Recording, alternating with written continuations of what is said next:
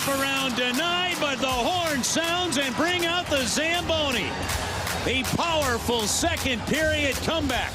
And the St. Louis Blues beat the Kraken by a score of 3-2. And they start the season off with 2 big road points in Seattle.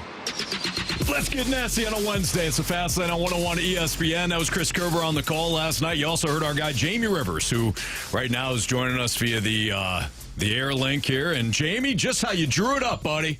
Just how you drew it up. Yeah, I told you guys. I told you. Don't worry. It's cup or bust, boys. That's right. Well, started off very good in Seattle. Actually, it didn't start off that great, I'll be honest. The boys in blue did not look that great for the first period and a half. Pump the brakes. Pump the brakes a little bit. No, I don't want to pump the brakes. Yeah, just pump the brakes. The first 10 minutes of the game, they look good. Okay. They're on their toes, get in on the forecheck. Kyrou hits a crossbar.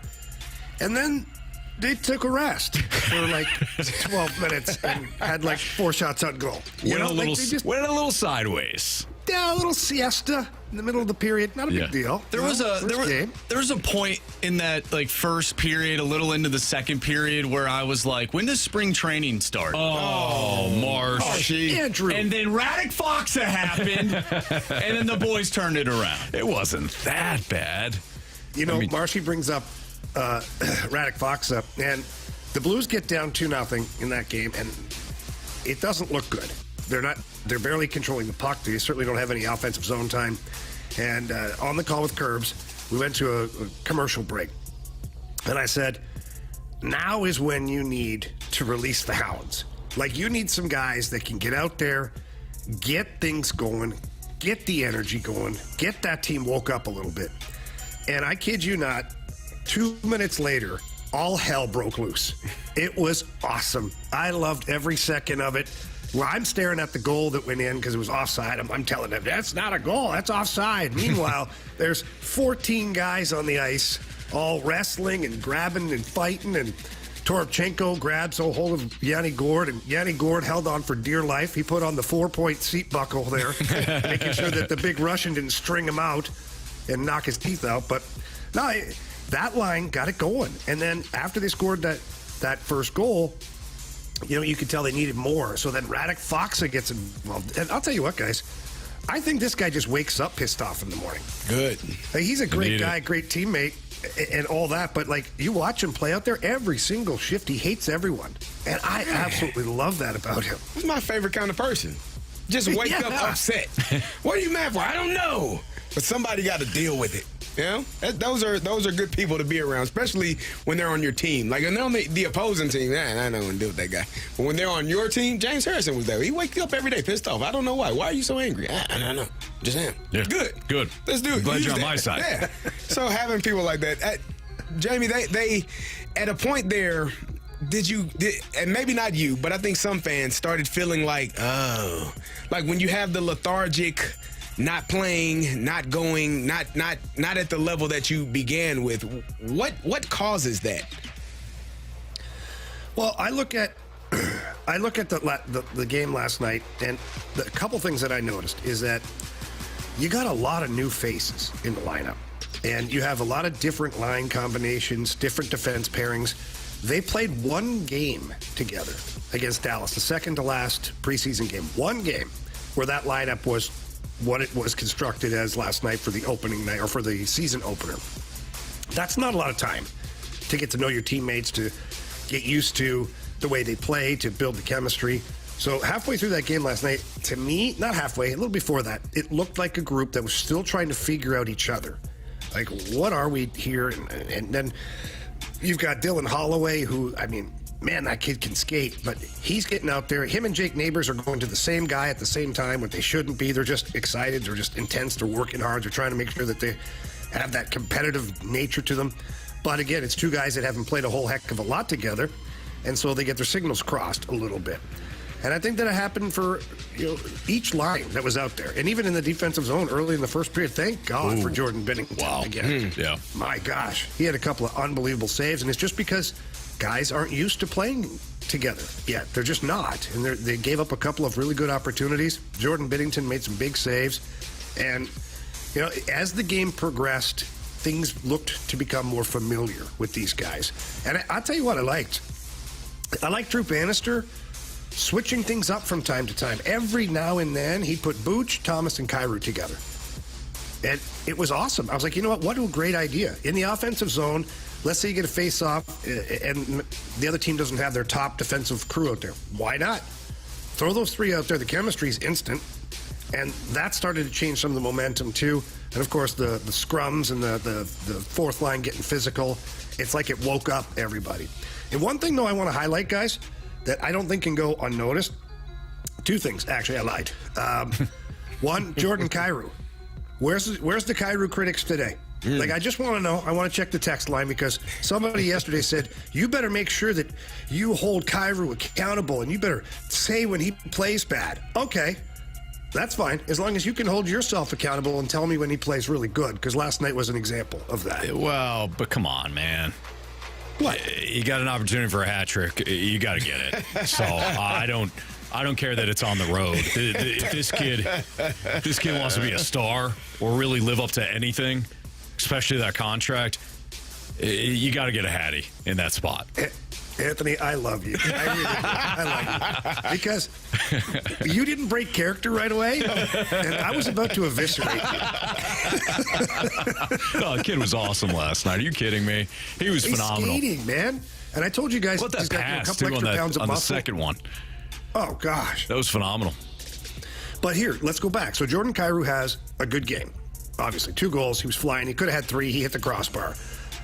He looked like a player, though, that finally felt comfortable with what he's doing. And I was talking about that yesterday a little bit with Curbs. It's just the way Kyrou's been walking around and interacting with more people. I said to Curbs, there comes a time when you're finally comfortable in the league. It doesn't mean you're not trying to strive for success. I don't mean comfortable as in lethargic or just complacent. I mean comfortable to be like, okay, I know who I am. I know where I fit within this group, and I know what I have to do. And Kyrou last night looked like to be that player. And I talked to a couple of coaching staff members following the game. And they said, look, it's never going to be a Picasso defensively. It's just not. But we did see tendencies that showed us that he was paying attention, that he was making a concerted effort to play good defensively. He had a couple of good puck decisions. He had a couple of good back checks. Like, that's all you can ask for is to see progression that way. And the other thing I was going to bring up is, remember last year at the start of the season, just how abysmal the power play was? Yes. It was terrible. It was like 8% or something like that.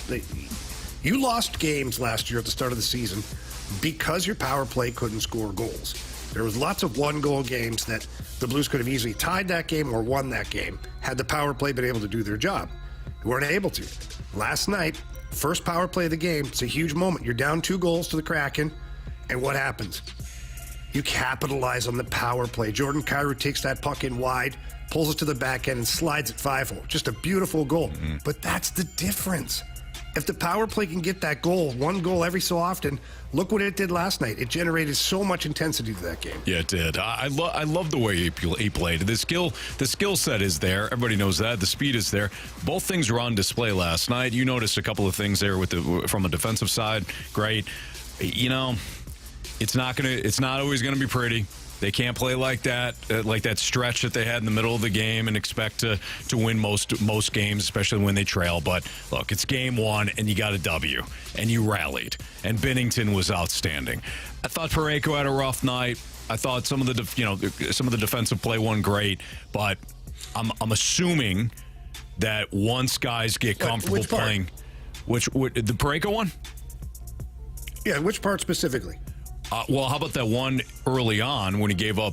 He rushes the guy. Seems to be a little hesitant on coming up on that one. Puck squirts out. There's nobody behind him. Letty's not going to be able to get there. So you know better than I do from a defensive standpoint, Jamie. But I'm assuming you either got to play the puck or the man in that spot. Seemed like he kind of got caught in between. The puck squirted out. Yeah. So great observation by you. Because that was a tough play. And it all started in the offensive zone to where he probably could have kept the puck inside, but he hesitated, and then he let the puck come out, and then he tried to force, but the problem was he didn't have any support with the back checking. So then the player just absorbed the hit, pass the puck over, which was Vince Dunn, goes in, shoots, gets his rebound, scores.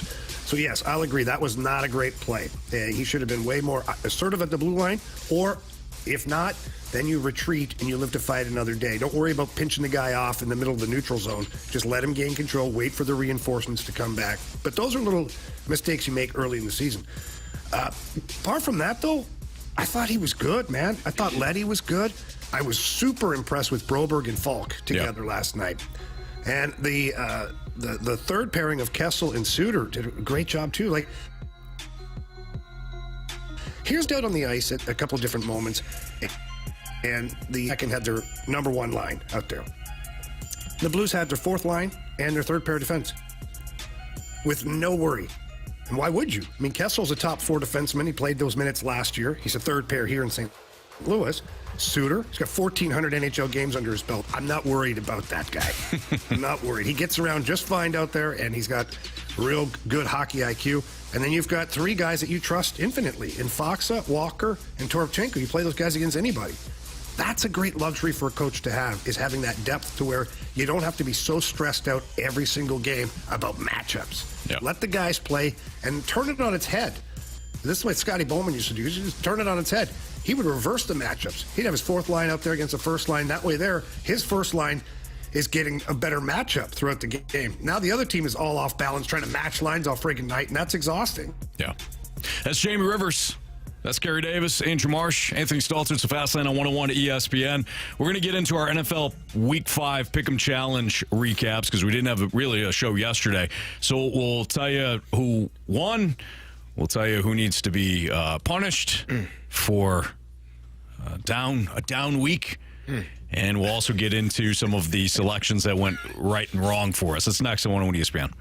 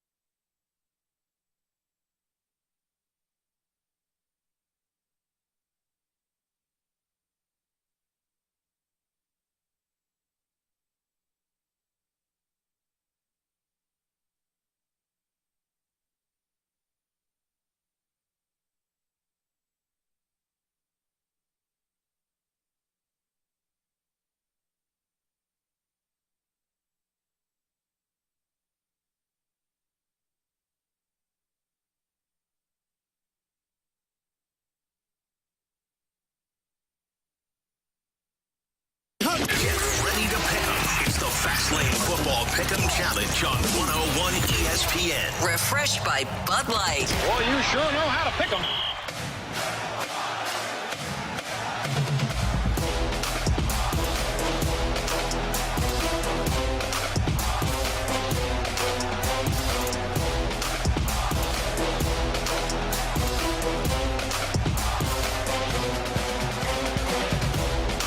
All right, time to go over the NFL Week 5 Pick'em Challenge. I do have Refreshed a by request. Bud Light. I got a request, small request, Marshy. One of these days, can you just pot us up a little bit sooner so everyone can see our guy Anthony Stalter doing his drum, Doing the air drum. roll? Yeah, it's phenomenal. Thanks, CD. Now, I just want you to. I want the rest of the people to see. I'm not joking when I say you're on beat. You got the vibe. You're going. Thanks, man. Everyone, Jamie loves it. Like Jamie does. He gets so he has the hugest smile on his face every time he sees it. So yeah, I think everyone else should see it. What's the movie with Nick Cannon? He's Drum the Roll. Drum Roll. Yeah. Yeah. That's you. Drum line. Drum line, excuse Yes. me. Drum Yeah, line. That's right. Yeah, I was in that movie, so Yeah, it's like You're an extra. You're an yeah, extra. I was. Yeah. Thanks, guys. I appreciate job. it. Clearly. Yeah, he's perfect. Yep. Nick Cannon-esque. Jamie, you had anything else to say on my drumming ability? Nah, Anthony, watching you beat that drum, it's an art. Thanks, buddy. All right. So who won? That'd be us. Again, in the Pick'em Challenge, again, presented by Bud Light.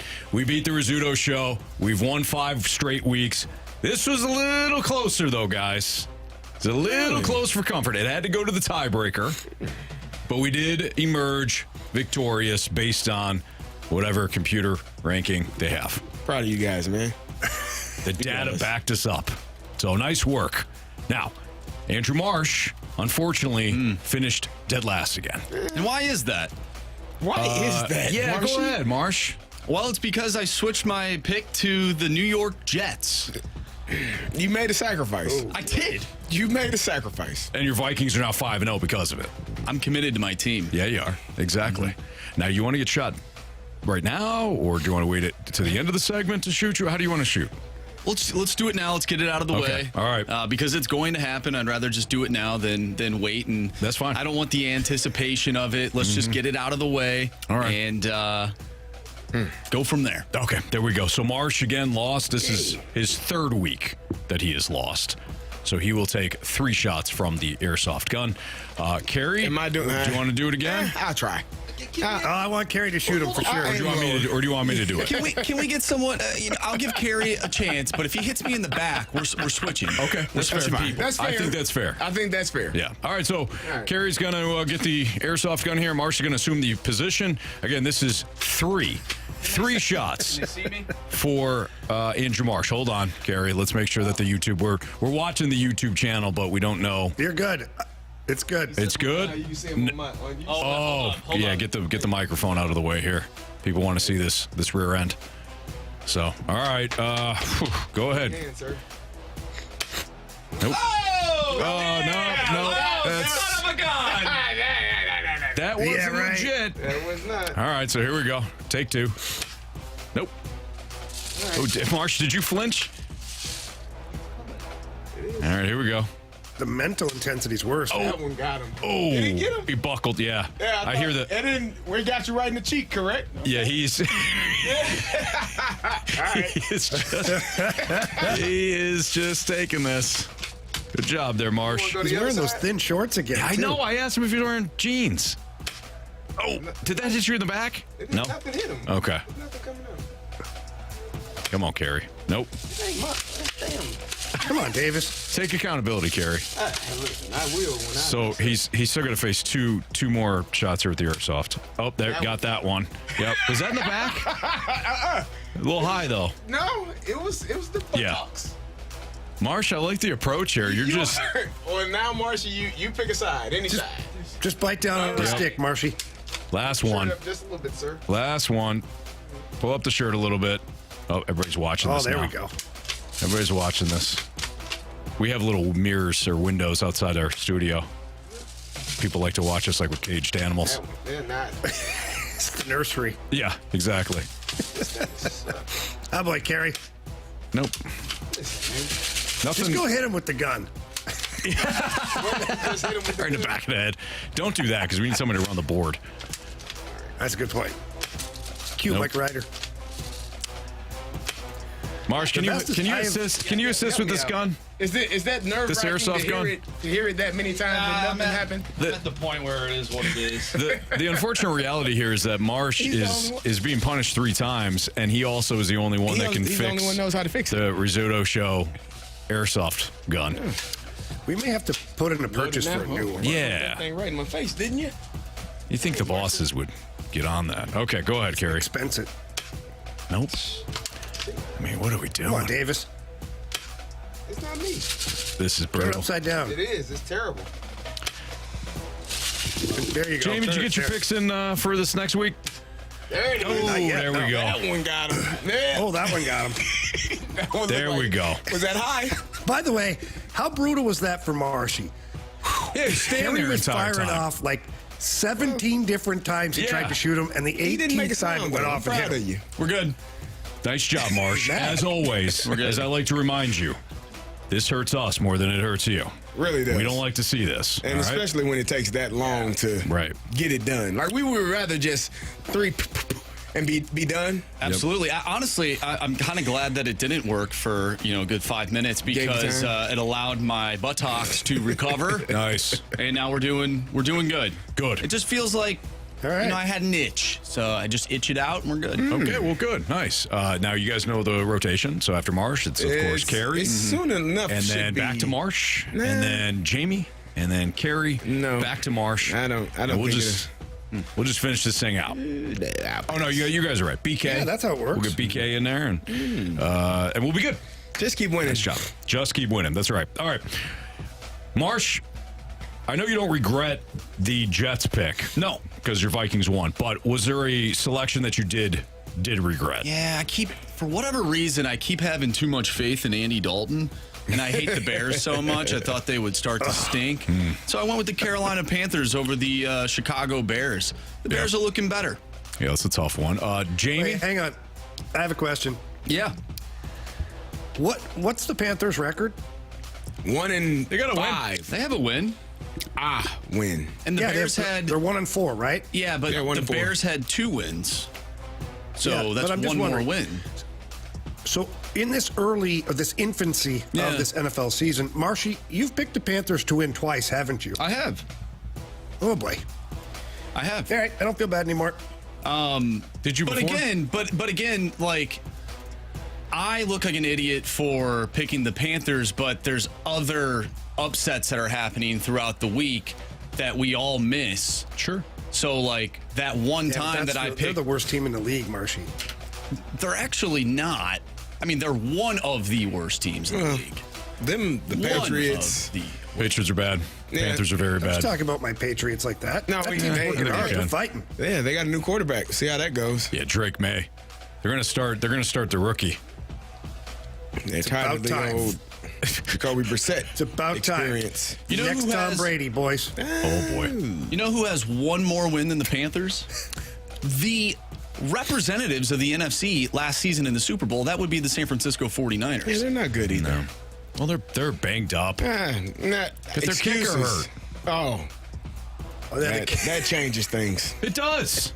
Not if you score touchdowns, Anthony. Well, they didn't do that. Clearly. All right, we'll get into some other NFL stuff a little bit later on. But Marsh, you have officially served your punishment. Nice job. Everybody Thank get their you. picks in for tomorrow night because we got Seahawks and 49ers. You'll have to figure out how to do that. I'm looking at a couple of my picks. I don't think I picked some of these teams. I don't know how that happened.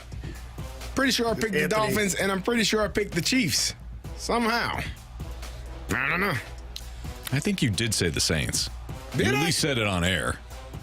Yeah. Yeah. Really? Yep. It's confusing when your picks are different than what you say on air, Carey. Somebody told me that one time. By the way, the Rizzuto show's talking a lot of crap, and that's real rich because 0-5. they are 0-5, and they had like 3 of them had one more pick than I did, one more point, I should say. What are they talking crap about? I think they're just trying to make themselves feel better, which is fine. Like, that's completely fine. But they had one more point than I did, and I basically gave 2 points away. 1 with the Jets, and I guess 2 with the Panthers. Yeah. So, One, you're happy to give away because you're sacrificing for the good of your team. yeah. The other one is just the Panthers. The other one's the Panthers. Yeah. I have way too much faith in them, I guess. Yeah. Marsh, you're going to have a bounce back. But you know what it is like last week I picked the Bears to beat the Colts. And or no, what was it? I think I picked the Colts. Who won that game? The Bears won that game. The Bears. No, they lost that game. They lost to the Colts. The Bears? The Bears. When they played the Colts. They didn't play the Colts. Yeah, they did. Oh, yeah, you're right. A couple weeks ago. Yes. I picked the Bears, and they lost.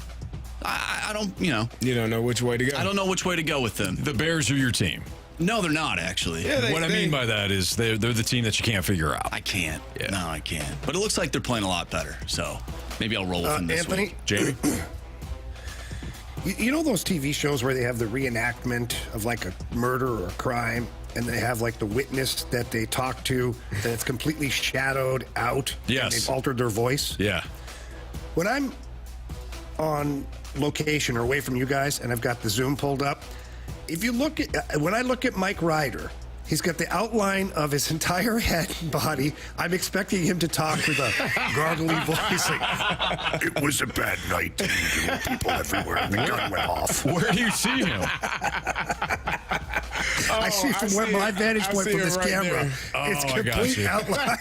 I see it. Oh, yeah. Okay. I can't help but think about it. People can't. Yeah, they well, I don't can't think see people it. can see They it, can't right? see it. They can't because No. we see. No, I can. But you Yeah. can. I I can. see. It's hilarious. I see it now on the TV screen. That's hilarious. Yeah, there Yeah. you go. I don't know what happened that night. I told him I was at the laundromat. All right, it's a Fast Lane on 101 There it ESPN. is. What's trending? What's trending is next.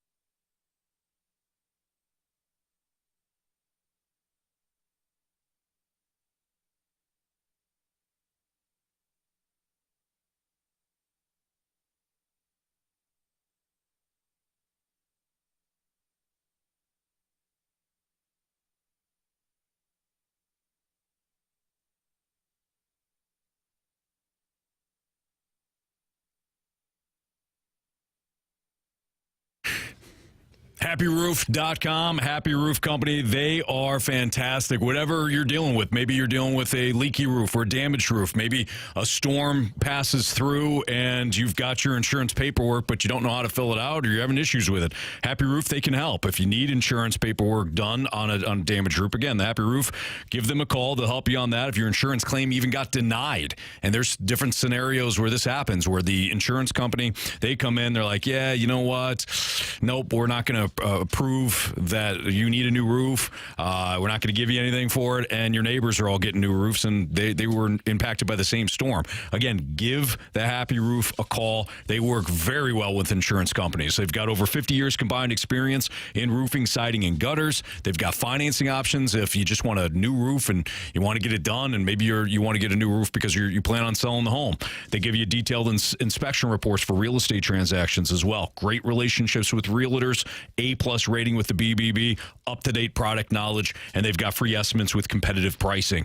They also don't chase storms. They're located right here in St. Louis. In fact, their headquarters are in Sunset Hills. You're going to love working with the Happy Roof Company. If you do have a problem, give them a call, 314-665-3001, because they'll send somebody to look at your issue within 24 hours of when you call. TheHappyRoof.com is the website. The Happy Roof Company is the company. Tell them Stalter sent you.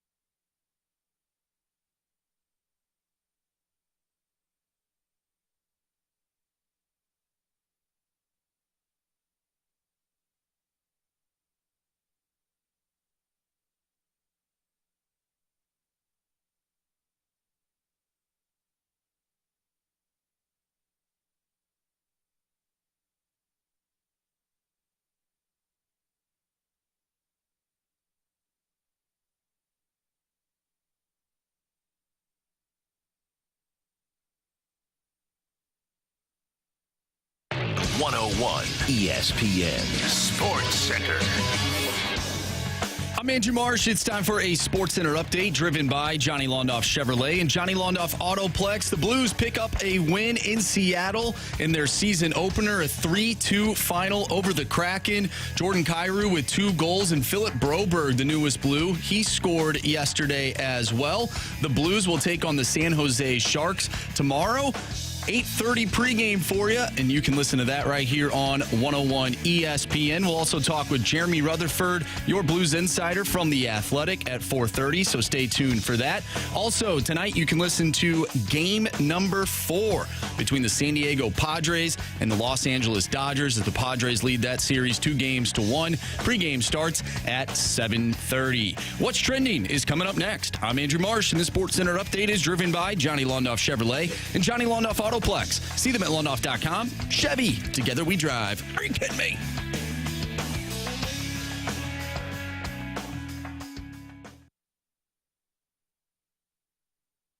It's time to find out what's going on in the sports world with What's Trending Now. Brought to you by Goodwill. Donate a car and get tickets to the St. Louis Cardinals.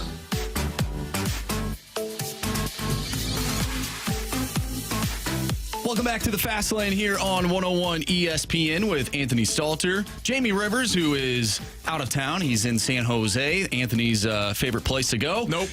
And Carey Never been. Davis. Sharks. Not your favorite place. I've never been there. It's his favorite team. That's right. He doesn't have to be there. It's not my favorite team. To enjoy what the team does.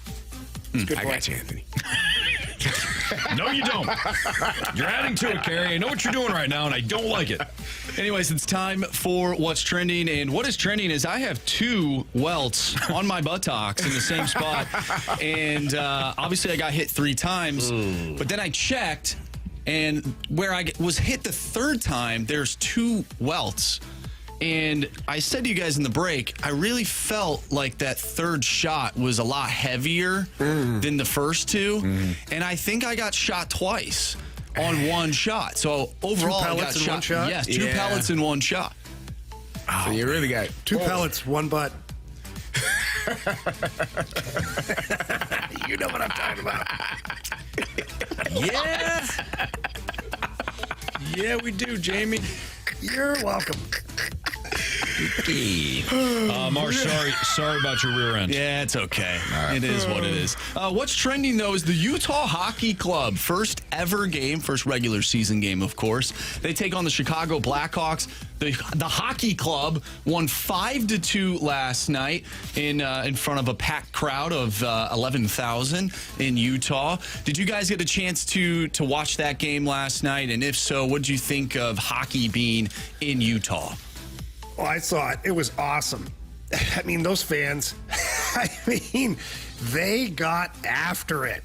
I've seen video clips of people chugging beers out of their shoes. And the Mormons were getting after it last night, man.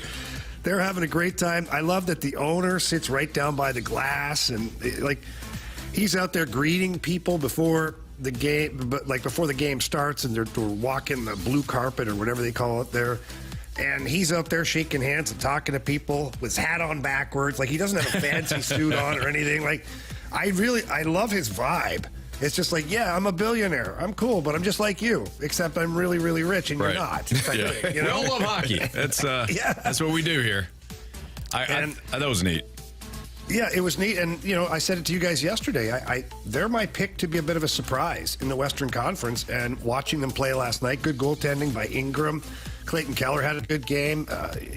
It's a good hockey club. It's a good environment. It's going to be a lot of fun to watch them as that whole organization grows. And it looks like the Blackhawks will stink again. We hope so. Yeah.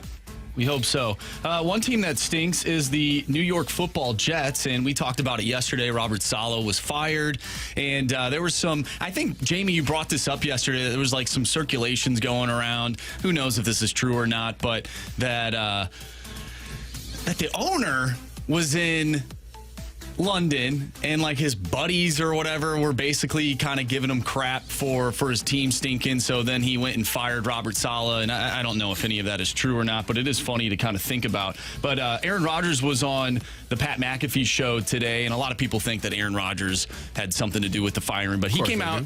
And who knows, right? But Aaron Rodgers came out and said, as far as any of the ridiculous allegations out there, I'm not going to spend more than one sentence in response to it. And then he went on to say another sentence, and that is that I resent any of those accusations because they are patently false. It's interesting the amount of power that people think I have, which I don't. I love Robert. Yeah. Okay, Aaron. Does anybody believe him? No. I would have to. So there was also a report that he was fired 5 minutes after he decided to. I did see that. Demote Nathaniel Hackett as the OC. That's timing. probably a coincidence. You think? I don't know. And then they had to usher Robert Saleh out of the building. The security guards had to walk him out. But that's standard, though, guys. That's standard. I don't think it is. I think it is for most companies. I've been cut plenty of times. I've never had to be ushered out. But it's not the same, Carey. It's Why different not? Because the coach has access to intellectual property within the building. And so it's standard procedure with big corporations that it's not like they're escorting him out. They just walk with the guy, make sure he goes to the office, collects his valuables, does things, doesn't take computers or files or things like that. And then they walk him out of the building. Usually it's very amicable. Nobody's screaming and fighting and scratching and clawing. So it sounds way worse than it is. All right. Well, Yeah, he got him fired. Oh, he totally got him fired. Let's be real. He's played 6 games as a Jet? Yeah. he has Five and a few downs. We'll call it 5. don't know. Yeah, we'll call it 5. He's played the 5 games this year, and he hasn't been good. So it's been really bad. Do you think they get better? The thing that's frustrating the most for me is, and I've heard people talk about this, they've talked about how the Jets, all they needed was a quarterback. Zach Wilson was holding them back. Mike White couldn't get it done. Then they have Joe Flacco at one point. They've had so many quarterbacks throughout that system since Saleh has been there. Right. And they needed Aaron Rodgers, and now they got him. And he ain't doing nothing. Nope. They got 2 really good running backs. Breece Hall was on track to be Rookie of the Year. Garrett Wilson actually was Rookie of the Year. Yep. They have the talent around them to be really good, and defensively they're solid. Offensively, I don't know what I'm watching with Aaron Rodgers. I told you all this the other day. I watched him throw a back shoulder fade to the inside to write to Stephon Gilmore. For those that don't know, Stephon Gilmore actually plays defense. Yeah, for you should who, be. Marshy? For my Minnesota Vikings. Okay, and he doesn't play receiver for the New York Jets. Yeah. And then Aaron Rodgers Not had yet. not yet, the audacity to go to the referee and point like, hey, what are you doing? No, if I was the ref, I'd have said, man, what the hell are you doing? That was a terrible pass. You mad at me? I didn't throw that ball there. Right. What are you upset at? It's a bleep show, and hopefully I might pick the Jets this week. I don't know, because maybe they'll figure something out. Sometimes you get that interim coach bump. We saw that with the Raiders last year. They're not great either. I don't know. No, they're terrible. Who do the Jets play They're playing this the week? Bills. I think it's Monday Night Football. Yeah, I'll take the Bills. You love the Bills. The Bills beat up on bad teams, so it's going to be the Bills. Oh, wow. That was kind of a shot at both of us, Carey. Well, I mean, he's not wrong. They do beat up bad teams. I probably will stay with the Bills then. Last thing here. The Mets and the Padres are leading their series over the top two teams in the National League heading into the postseason, that being the Phillies and the Dodgers. Are you guys shocked about this? No. We talked about this. At least I'm not shocked from the Dodgers standpoint. Maybe a little bit more so with the Mets, because the Phillies were a juggernaut all season long, and the Phillies actually do have pitching. Aaron Nola hasn't been great, but it's not like he's been awful. But the Dodgers, we talked about, they don't have the pitching. They're going with a bullpen game tonight. A bullpen game tonight in an elimination game. Is that good? Good luck with that. Now, they did beat up Dylan Cease. They beat up Dylan Cease a week ago. So maybe it's the right matchup and the bullpen game won't matter. But I still like the Padres either to win tonight or the next game. I am surprised by the Mets. Hot team, though. Caught fire. And their pitching has been great. Jose Quintana goes tonight. Over his last 5 starts, I think he's got like a 0.52 ERA. He's been filthy. Cardinals used to have him. What happened? They let him go. Well, Cardinals bring back pitchers all the time to pitch for them, but they didn't. 5 years from now, he'll be back. He'll be like 37 bat. by then, won't he? Yeah, it'll be perfect. perfect. For him. Oh, I'm leaving. What the hell? I don't want to. Are we speaking too much I truth? don't want to be in a world where that's the. Are we the speaking too philosophy. much truth? Nah. Okay. You're not. It's Fast Line on 101 ESPN. Could Jordan Kyrou change the narrative surrounding him this season? Well, he's off to a good start. We'll talk about him next on 101 ESPN.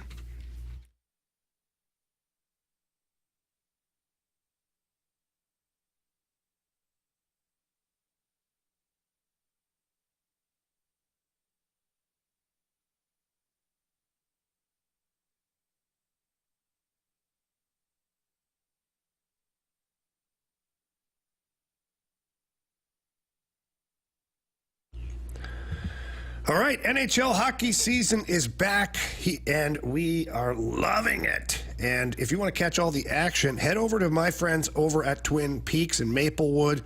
Unbelievable place. Nice, big area right at the bar. They've got TVs everywhere so you can watch the games. And the menu is fantastic. They've rolled out a few new food items. One that I love is the quesadilla tacos. They are awesome. They've got the in-house smoked brisket served with birria broth for dipping. You dip those in, have a couple bites, wash it down with a 29-degree man-sized draft. Nobody does it better than my friends over at Twin Peaks. Let's not forget, too, coming up soon, right around the corner, on October 14th is National Dessert Day. So just get in there, check out their dessert menu. They got the crispy apple turnover, cinnamon toast crunch, cheesecake, or simply delicious Twin Peaks sundae. That's all available at the lodge, so make sure you go and check it out. Please, again, head there after work, for lunch, for dinner, whatever it is. Visit my friends over at Twin Peaks. Eats, drinks, scenic views.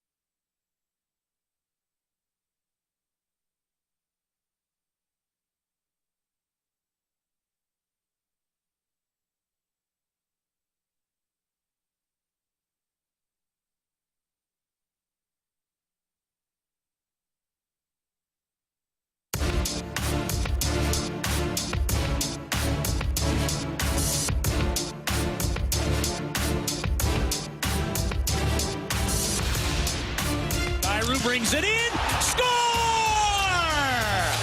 Power play goal as Kyrou carried it wide, then tucked it 5-hole.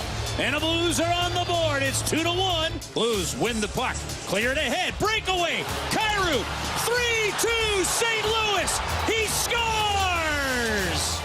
Chris Kerber on the call last night, or yesterday afternoon, I should say. Blues Radio Network. Jamie Rivers was also on that call. Our condolences to our guy Joey Vitale, who tragically lost his father. So I know you guys dedicated the broadcast to Joey's family yesterday, and certainly, again, our condolences go out to Joe. He's just a tremendous person and a great family man, and sad to hear about his dad, Jamie. Yeah, it's tough. I mean, I lost my father just over, almost 2 years in November it'll be, and it's never easy, man. That's for sure. And I know, Marcia, you lost your father, and it's a grind, man. So there's certainly thoughts, prayers, love, all that stuff going out to Joey and the Vitale family, everybody involved. No question. Jordan Kyrou last night, 2 goals, outstanding skill set there on display again. Here's Drew Bannister talking about what he saw specifically out of Kyrou. Took advantage of his opportunities. There was a couple of more opportunities where I'd like to see him, really bear down. But he's finding areas. Guys were finding him. Again, he's using his speed. He's competing. And, good things happen when he's doing that. So, Jamie, I want you to reiterate, if you can, what you said in the first segment today, because everybody saw the goals. But it's not as if we ever thought that Jordan Kyrou didn't have the skill set to do what he did yesterday, which is the goal-scoring ability. Talk to us about what you saw from a defensive standpoint. Just look at, he's staying above the puck for a lot of the times. All that means is you're staying between the puck and your net. It means you're in a good spot defensively to where you're not compromising, you're not cheating to try and score goals. And there was a couple of times last night where Jordan Kyrou could have cheated. He could have cheated to be on the offensive side or to go and score. He didn't. He hit the brakes. He went back into the position, stayed above the puck. There are certain times where he had the puck on his stick where, he may have tried to put it between someone's legs last year and make a crazy play. He didn't. He chipped it up off the wall, skated, went and got it, got in on the forecheck a couple of times as the F1, and not pumping the brakes either. Like, he got in there fast, not to hit the guy, but to retrieve the puck, maintain possession. And one thing I liked about his game last night, in particular, yesterday afternoon, rather, is he got to the inside a lot. We heard Craig Berube talk about that so many times. You got to get to the inside. You got to play inside. And Jordan Kyrou liked to play on the outside. Why? Because there's less traffic on the outside. And it's not that he's afraid of them, but it's just, for skilled players, it's more comfortable just be out there where nobody's touching you. You can try and make your plays from outside. Problem is, the puck has to come to the middle of the ice in order to score. And so you can zoom around outside all you want. If you don't get to the middle, odds of scoring are probably not great. I saw Jordan Kyrou make nice little give-and-go plays last night. He had a couple with Pavel Buchnevich where he passed it, got it back in the slot, got an opportunity to shoot the puck. He went to the front of the net a couple of times, battling away in the blue paint. So you're seeing a lot of really good things from Jordan Kyrou. And I think he had a great summer of training. And talking to him and what he did in Toronto for the whole summer, I told you guys before, he's beefed up a little bit, but not so much to where it's like slowing him down or changing his game. He's just harder to knock off the puck now as well. When he gets wide and he drops his shoulder, you can't just smack him around. He's got a little more size, a little more strength to him, and that you saw that was evident on that one power play goal. He just dropped the shoulder, drove the middle of the ice, ended up scoring the goal. So there's a lot of things to be happy about. We're not going to be super excited because, let's just be honest, that's one game. Mm-hmm. But at least it's one game, right? That's what you got to start building somewhere. Right. And I think that the coaching staff believe that he's really starting to get a grasp on what good hockey looks like. Not just good offensive hockey, good all-around hockey looks like. And just a reminder to everybody listening, don't expect Jordan Kyrou to ever be in the conversation for the Selke Trophy as the best defensive forward. It's just not going to happen. But if you look on every team in the NHL, they have their own version of Jordan Kyrou.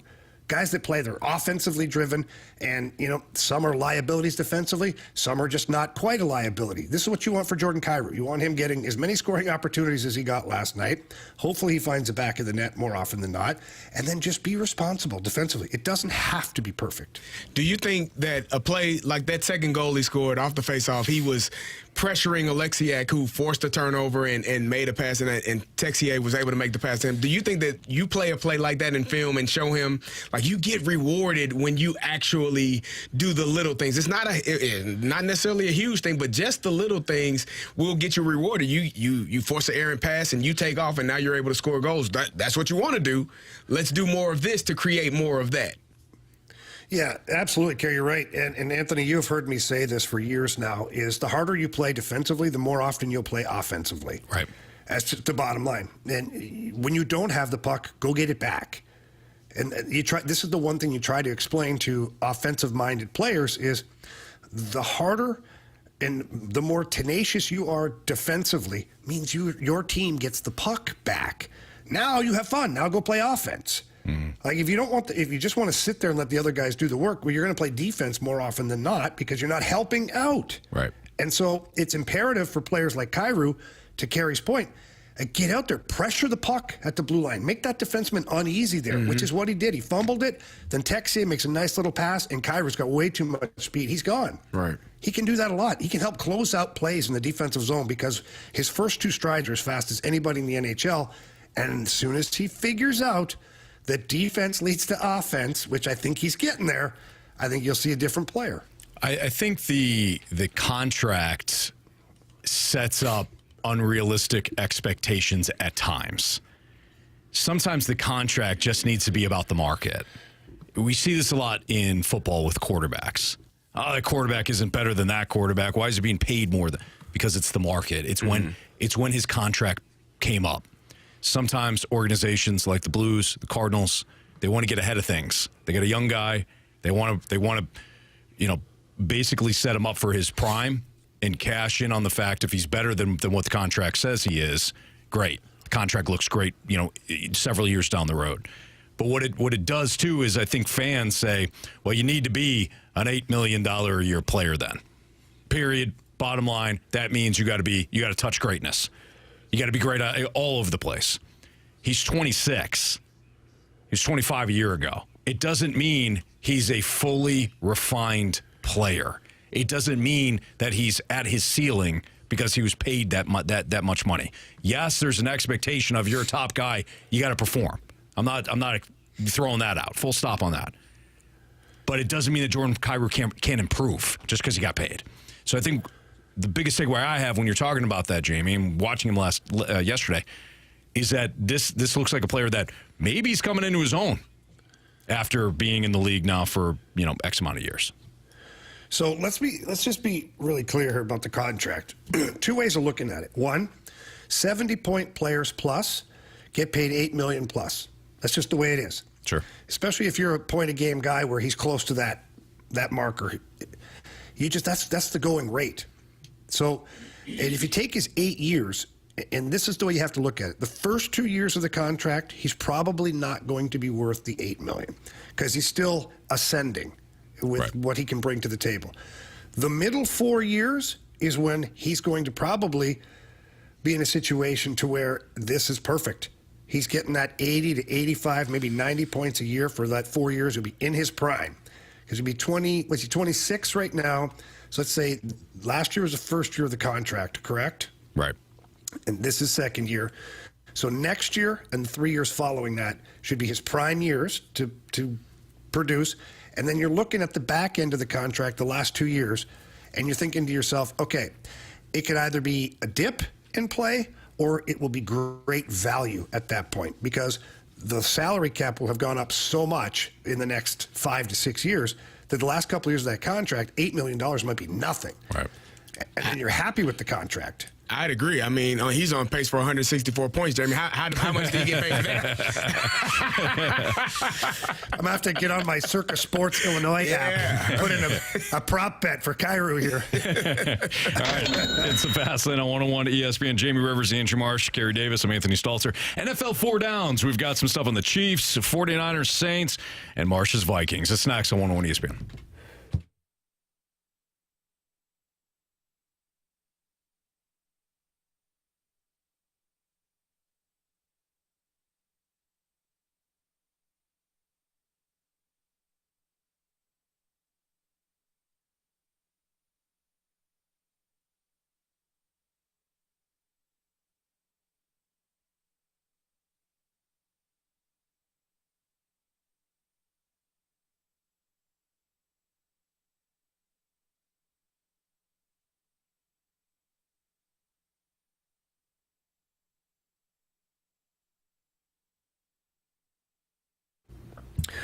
All right, listen up here. If you're looking to change out your windows, whether it's just because they're old or if you're doing some kind of renovation, please take the time to call my friends over at Window World. They are simply the best for less, and they're simply the best for a lot of reasons.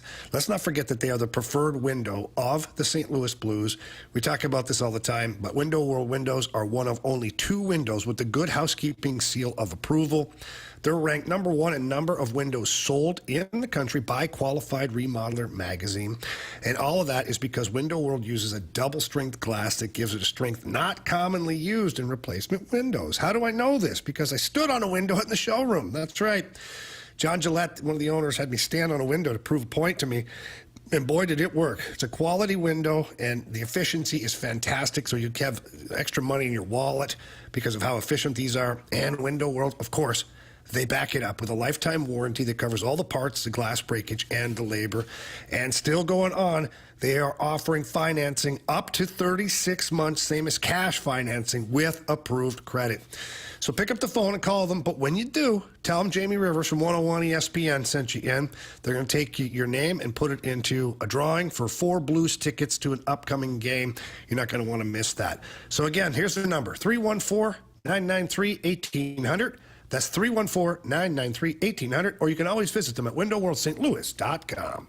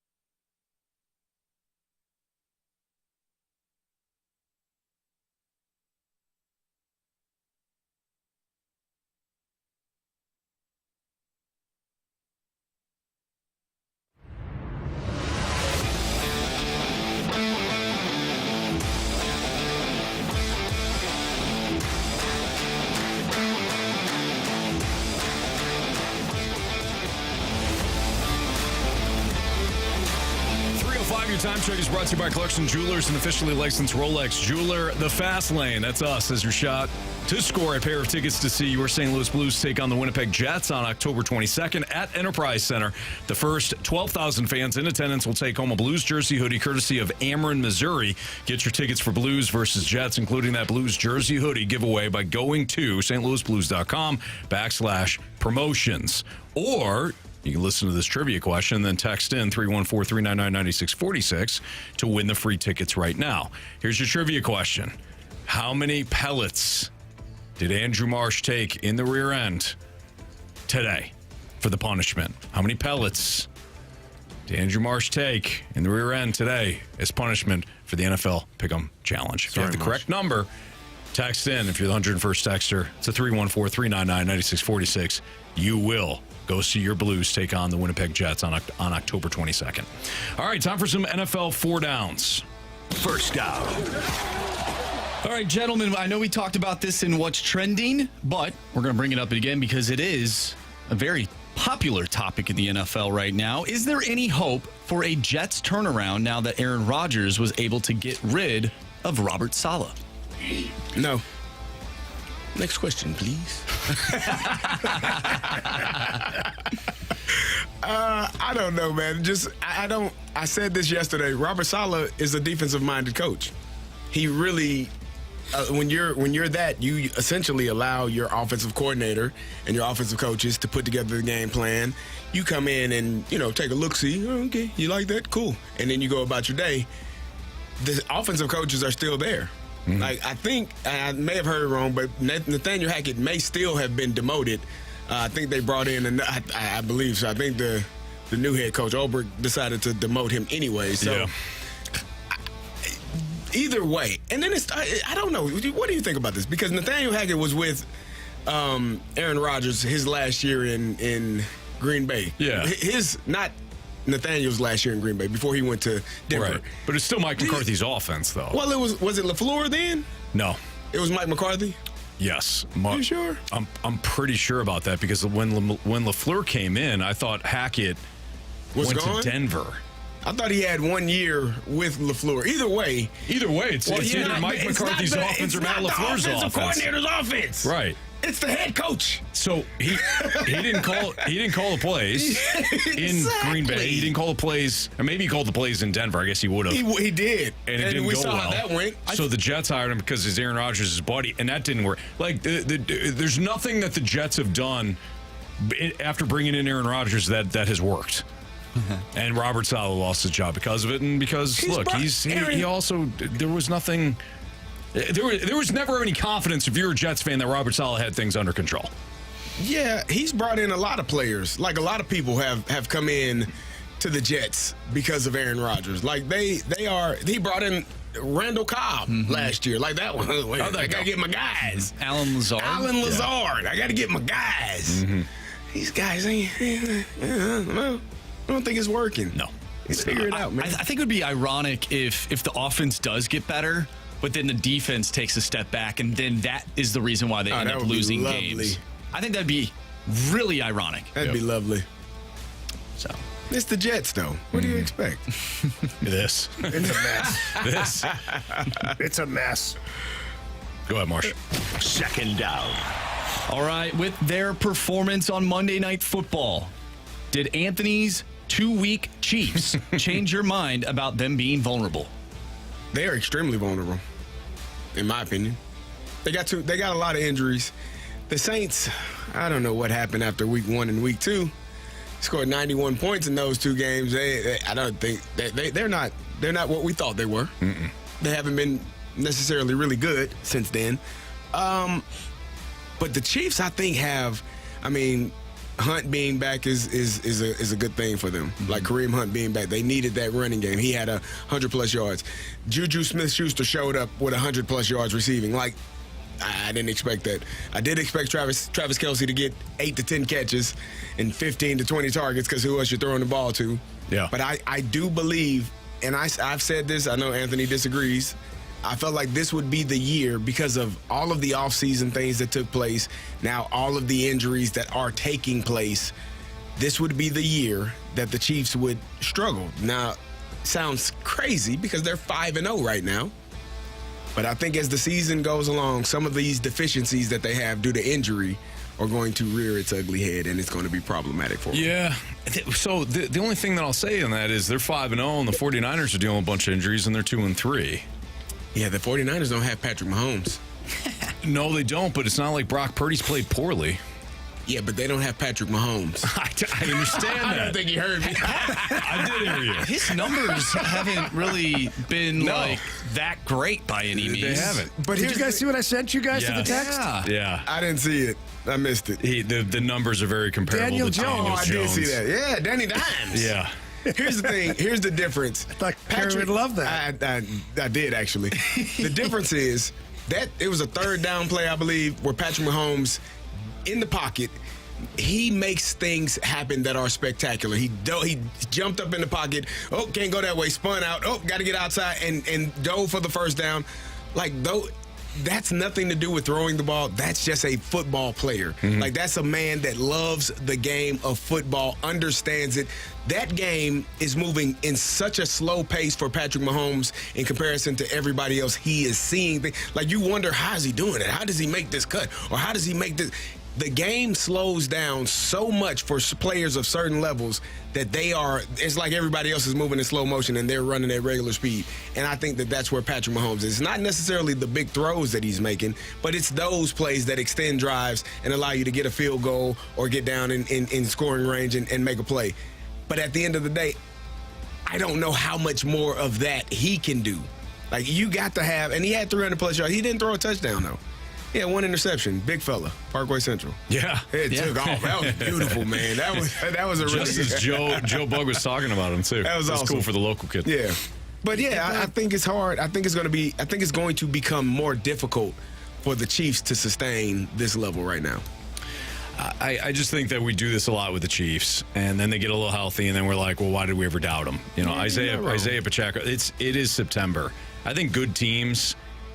We saw this a little bit with the Ravens, too. I think good teams kind of find their footing as the years roll on, as the season rolls on. But they're going to get Isaiah Pacheco back. They're going to get maybe even Rashee Rice back at some point. Travis Kelce wound up looking good. I mean, the Chiefs' defense is excellent. I know they've got holes. I know they got warts, but they continue to overcome them. They got the 49ers in 2 weeks. Who are you taking? Where is it? Arrowhead? San Francisco. I'll probably take the Chiefs. Okay. Just checking. Yeah. Just things I want to know. Third down. Well, you mentioned the San Francisco 49ers. Which playoff contender has more concerns? Is it the 49ers or the New Orleans Saints? I don't think the Saints are a playoff contender. Not anymore. Yeah, not anymore. That's for sure. The 49ers, it's one of those things, right? It's like you can acknowledge that they've got serious flaws right now. Without Christian McCaffrey, there's that added element to their offense, like you were talking about yesterday, CD, where they can line up Deebo Samuel and Christian McCaffrey in the same backfield. They can split one out wide, and it creates such a matchup dilemma for defenses. They can move linebackers and safeties and corners, but a lot of times they don't know if they've got the right matchup, if they got the right personnel on the field. That's what the 49ers can do. And Kyle Shanahan's offense disguises itself well because it could be the same formation as a different play. Right. And you get kind of suckered into, some defense has got to play by rules. Right. You're certain areas on the field you can't give up, and then it kind of tricks you. Right. So I think with the 49ers, we can acknowledge the fact that you lose your kicker, you lose Christian McCaffrey, you lose Deebo Samuel. Some games George Kittle is often banged up, and still also recognize that they're a damn good team. They're going to be there in the end. The Saints were fraudulent for 2 weeks. That was clear. Very much so. Even if you beat the Falcons, you still look bad against the Chiefs. There was nothing there. There was 2 deep balls. That was it. They didn't look good at all. Saints. No. They didn't. And I talked to you about this. I felt like when you have one of the best players out of the backfield in the manner in which in Alvin Kamara, how you don't really attack that mismatch. The Chiefs are going to blitz. If it's me, I don't need Alvin Kamara to sit back there and block. Run a route. It's just as effective.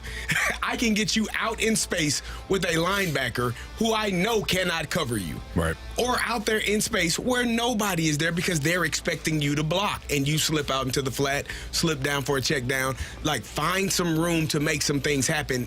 The fact that the Saints did not attack the Chiefs in that manner was troubling for me. Yeah. Because why in the hell wouldn't you? Yeah. The Saints are going, the Chiefs are going to blitz. Everybody that's watching the game knows they're blitzing. Yeah. They're bringing 7. They're bringing more than you can block. Get out and throw a 2-down check down route to one of the most elite players in football and see what happens. I'm all for it. 4th down. All right, what's more sustainable, or who is more sustainable? Is it the Vikings or the Commanders? It's Minnesota for me. It's got to be the Vikings. I'm still not a big believer in Washington's defense. And I love what Jaden Daniels is doing. It's got nothing to do with him. But at some point, defenses will adjust to what Cliff Kingsbury's doing. They did this against him in Arizona. I like him as a play caller, but I don't think that he's doing anything differently than he did in Arizona. So I think at some point, teams are going to catch up to him. What the Vikings are doing, I think they're sustainable. Offensively, defensively, losing Aaron Jones hurts, but now they're on their bye, so they should be... hopefully he's okay coming out of the bye. But I really like Marsh's Vikings. I was watching something the other day or reading something, and the Commanders have like the shortest they travel in all of the NFL. Mm-hmm. Like, they don't travel very far. I think the furthest right now might be Chicago that they go. Like, it's not a lot of travel. They have not a lot of West Coast. That does help in terms of rest, recovery, not having to be on a flight, flying home from the West Coast and getting home at 2, 3, 4 a.m. Marshy's going to be upset with me because I still have not bought into the Minnesota Vikings just yet. What? I haven't. Sorry. I'm trying. It doesn't sound like it. I am. Yeah, it doesn't sound like it. Here's the reason. I'm going to be honest. Here's the reason. I know who Sam Darnold is. At some point, it's like the Scooby-Doo shows, right? He's going to pull the mask off. You're going to see that it's Sam Darnold. Like, I would have got away with it if it wasn't for you meddling kids.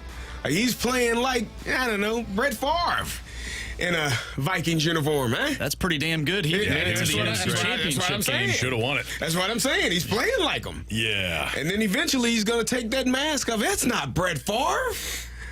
That's Sam. That's old man Sam. I think you're being real unfair to old man Sam. Old man Sam on the farm. This is the first time that Sam Darnold has actually been able to play for a good team. Yeah. Like, he got sued with the Jets. We just finished talking about the Jets. I don't disagree. Well, no, of course he doesn't. Old man Sam. Old man Sam. We literally just... Old man Sam. You know, the last time we had an old man Sam, we started 5-0. Yeah, this was Sam Bradford. That's right. Yeah, look how'd that work out? Yeah, we missed the playoffs. How much does grit change the dynamic of this Blues roster? We'll get into that next on 101 ESPN.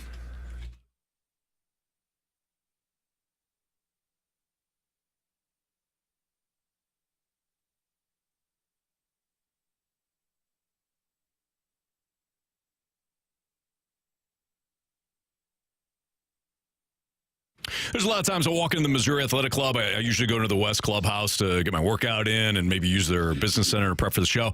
And I always look at what various events they have coming up, especially for the family. So at the end of the month, they've got Halloween and they've got trunk or treat going on, and the kids can participate in that. And it's not just an October thing. It's a November. They'll have something for November. They'll have something for December.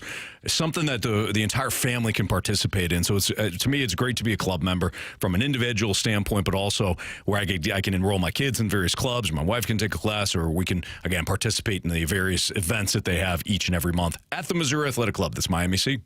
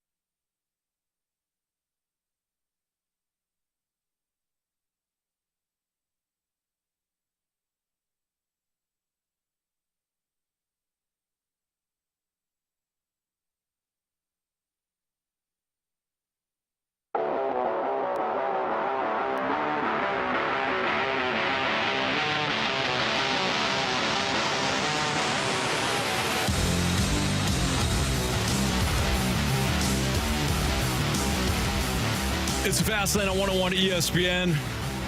The Blues start off the season with an absolute bang. Trailing 2-0 yesterday in Seattle. They come roaring back. Didn't look great there for a stretch, but the Blues rally back. They tie it up and then eventually win it 3-2. Jordan Kyrou with a couple of goals. And one of the things that Drew Bannister talked about following the game was about the fourth line. Listen to what Drew said about the fourth line and how it brings energy to this club.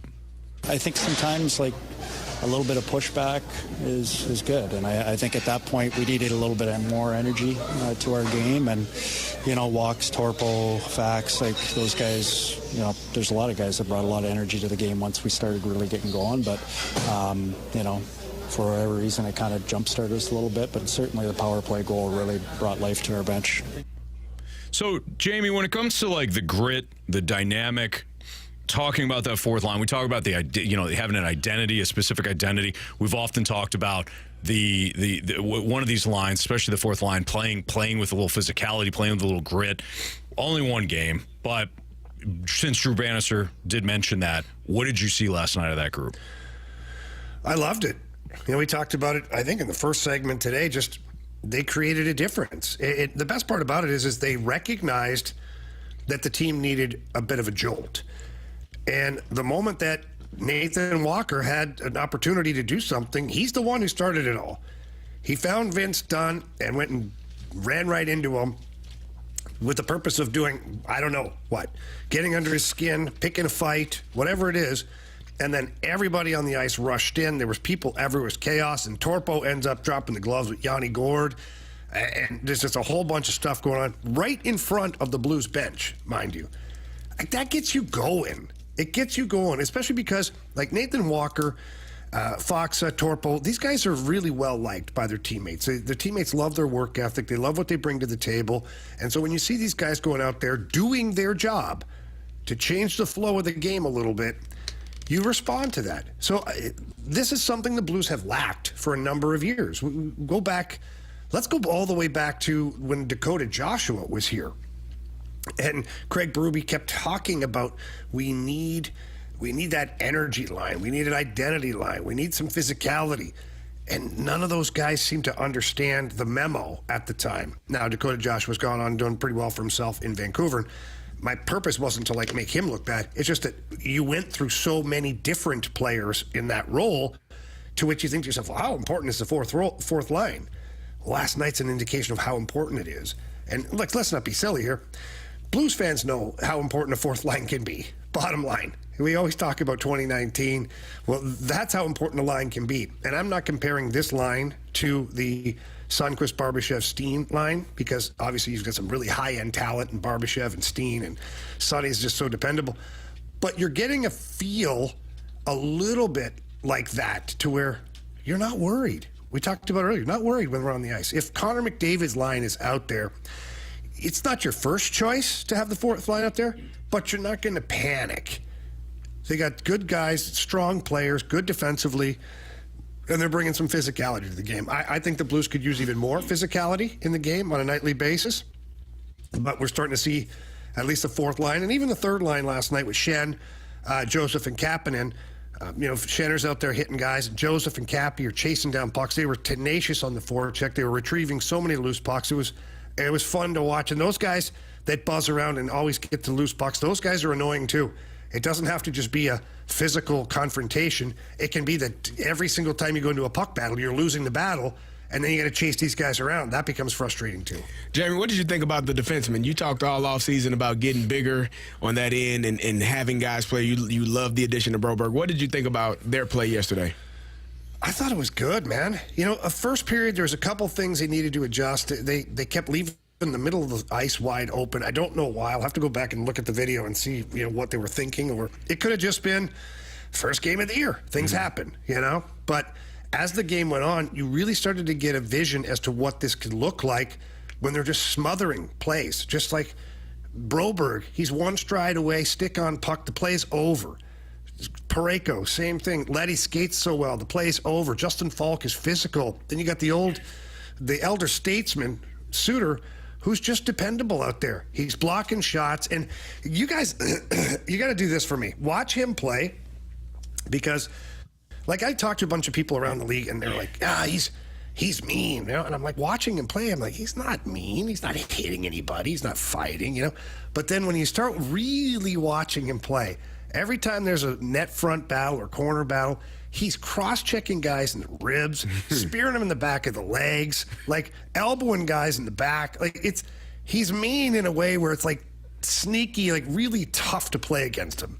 And I think that's important. The Blues, what's one thing we've complained about the last couple of years is that there's not enough physicality on the blue line.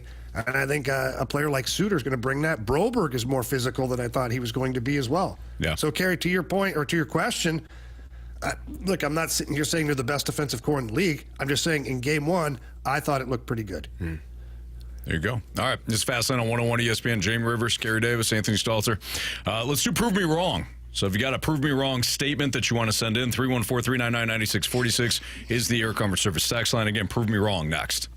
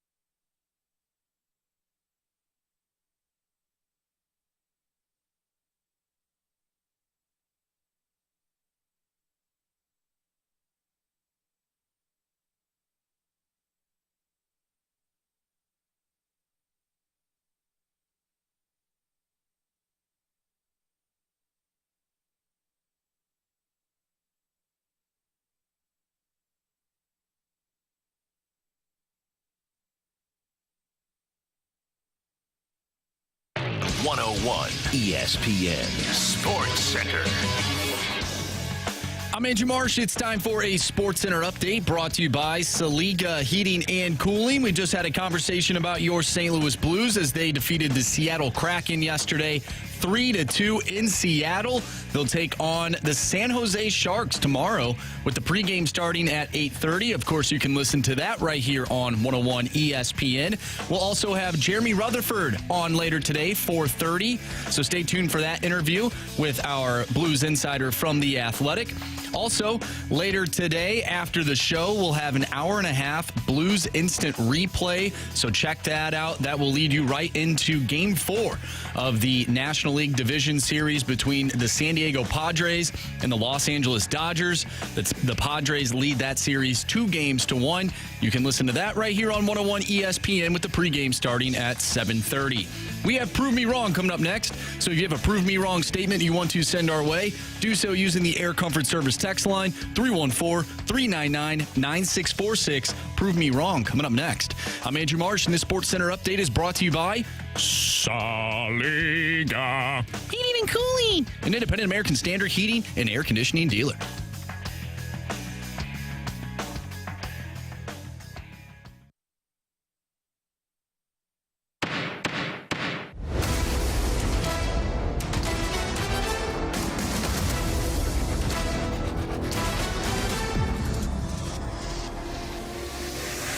Prove me wrong, kids.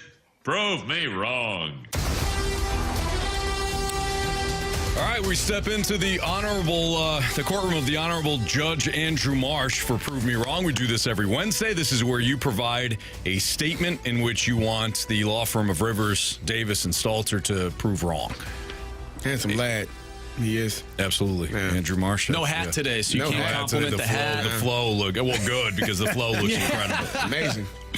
You guys are unbelievable. Yeah. So Marsh will give us a ding or a if he decides whether or not we proved the statement wrong. Go ahead, Marsh. All right, prove me wrong. Even if Mizzou goes 10-2 or 9-3, that's still a good season. This is Mizzou football, after all. Let's temper expectations. Well, if that's your standards, then how are you going to ever improve moving forward here? Do you want to be a legit playoff contender? Because before, I could understand when you only have 4 playoff games or 2 playoff games, 4 teams get in. Maybe your expectations are a 10-2 season or 9-3 season is fine because you're Mizzou. But this is a team that entered the college football landscape as a top 12 team and then moved itself into the top 10. Expectations have to rise. So no, 10-2, 9-3, just because it's Mizzou, it's not. I'm sorry, it's not good enough. You had an excellent recruiting class. You continue to do well. Eli Drinkwitz continues to do well and grab headlines when it comes to the transfer portal. Excuse me. You have to raise expectations with an expanded playoff field and the fact that you were coming off a great season like you were last year. Anthony, as a former Blues head coach, and Craig Berube once said, not good enough, not even close. You are correct. Thank you. I was like, Mizzou or me? You fooled me, Judge. All right, let's move on to Grant Francis fan club. Prove me wrong. Edmonton allowing Dylan Holloway and Philip Broberg to get stolen will go down as one of the worst NHL GM blunders of the decade. We can't hear Jamie. Oh no! Oh no! Oh no! We lost him. Is your mic muted, Jamie? What do we got here? We lost him. Oh, we lost him. Unbelievable. Unbelievable. Yeah. All right. You want to read the question again? Well, you know what? You're the hockey guy. What's her question again? Okay, let's do this again. From Grant Francis fan club, prove me wrong. Edmonton allowing Dylan Holloway and Philip Broberg to get stolen will go down as one of the worst NHL GM blunders of the decade. Well, I don't know how that is because they had to let him go, right? They got a guy, I don't know if you heard of him, Draisaitl, I think is his name. They had to get paid. They got another guy, I'm just blanking on his name, Connor McJesus. Oh, yeah, that's right. Connor McJesus. He's going to get paid here shortly. So, I mean, you kind of got to do what you got to do. And Broberg, Holloway, I'm sure they were happy that those guys were a part of their organization for when they could be, but I'm sure they're more excited to have Connor McDavid and Leon Draisaitl in the organization for years to come. Yeah, here's the other thing, too, guys. At one point, the Blues acquired Braden Shen in exchange for Yori Laterra, who was then arrested, I believe. So when a deal like that, Scarface, when a deal like that exists, I don't know how this could be the worst trade or GM decision in ever, Bob. Yeah, and I will. You guys are getting the ding for sure. Great job. Thank you. Say that Darnell Nurse's contract is still a thing. Jamie, who's the defenseman on Chicago that also just has a terrible contract? Seth Jones is what you're thinking about. That contract exists as well. So it's terrible. So you guys are 2 for 2 today. All right. Good job. Interesting one from the 636. And mind you, I am leaving these next few days to go to a wedding. Oh. From the 636. Prove me wrong. Oh, congratulations, Marshy. Well, I'm not getting congrats. married. I'm not getting married. You did it. It's not me. It's not me, guys. Happy for you guys. Well, I appreciate it, but it's not me. From the 636, fall weddings should be illegal. Listen, love is love, man. When you're in love, it doesn't matter when you get married, right? Fall, spring, winter, summer. I mean, it's about the moment and how you feel about your partner. Make it illegal. You're against marriage. You're against the prenuptials, the love that is encompassed with a man, woman, whomever you are, whatever you do, whatever love you have. You want to go against that? No. A celebration of families coming together, people excited about what takes place at these events. No, it's not illegal. This is legal as it should be, no matter the time, no matter the place, no matter the people, however you want to do it, whatever you want to do it, whenever you want to do it, you show your love to your partner and you get married, even if it's in the fall. If I'm going to add just a little something to that, Carey, if I may, is we've all been to those weddings in the middle of July or beginning of August where you're sweating your entire head off, right? Brutal. It's terrible. You wear these beautiful clothes and you're soaking through the clothes because of that love that Carey's talking about. Illegal to have a wedding in the fall. I think all weddings should be in the fall. Nice, cool weather outside. The leaves are changing colors. It's beautiful. Yeah. Agreed. I agree. I do have one thing, and we don't really have to worry about it as of recent, but I was always a fan of weddings that didn't occur in the month of October because of Cardinals baseball. That hasn't really been a thing lately. So don't have to worry about that. Not a problem. But I will say this wedding that I'm going to, obviously it's been in the making for a little bit, and I was worried, what if I miss a Cardinals postseason game? Nah. And that is not the case. You don't have to worry about it. Marcia, you're not going to miss a Vikings game either. I won't. They're on the bye. Which is actually perfect timing. It's actually disappointing though, because I'm going to Minnesota for the wedding. Yeah, sorry about and that, they're on the Judge. bye. Yeah, but again, you don't have to, like Carey said, you don't have to miss it. That is true, man. All right, from the 573, prove me wrong. The Blues are a bottom 8 team without Jordan Binnington. Get him, Jamie. Wait. Repeat that for me? Your Honor, can I hear the question again? Of course. From the 573, the Blues are a bottom 8 team without Jordan Binnington. Are you kidding me? Have you seen Joel Hofer play? Have you seen Joel Hofer play? Wait. Let's talk about this for a second. How many goals does Jordan Binnington have in his career? 0. Joel Hofer has a goal. He scored a goal in the American Hockey League, all the way down into an empty net. Have you watched this guy play the puck? He's phenomenal. In fact, incredible. he might be better than Jordan Binnington playing the puck. Look at the size of this kid. He barely had an opportunity last year to play because Binnington's just hogging the net on him. And Joel Hofer, he played 30 games last year. If he played 50 games, imagine how good he'd be. 55 games, no chance. The Blues are set in goal. We know that. Heck, they've even got Colton Ellis, who's a damn good goaltender playing down in the American Hockey League right now. They've got so many goaltenders, they don't even know what to do with themselves right now. So it's nice to have Jordan Binnington. I get it, the Binner, But the real goaltender, the real future is with Joel Hofer. I mean, let's be right. What a great segment, gentlemen.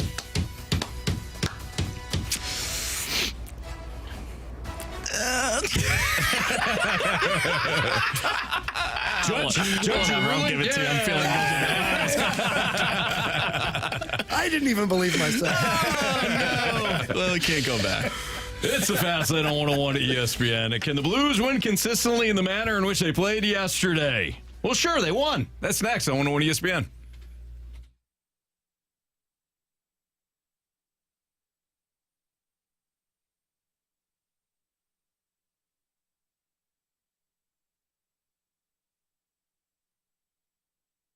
Price just went up on car insurance? Check us out at carltoninsurance.net.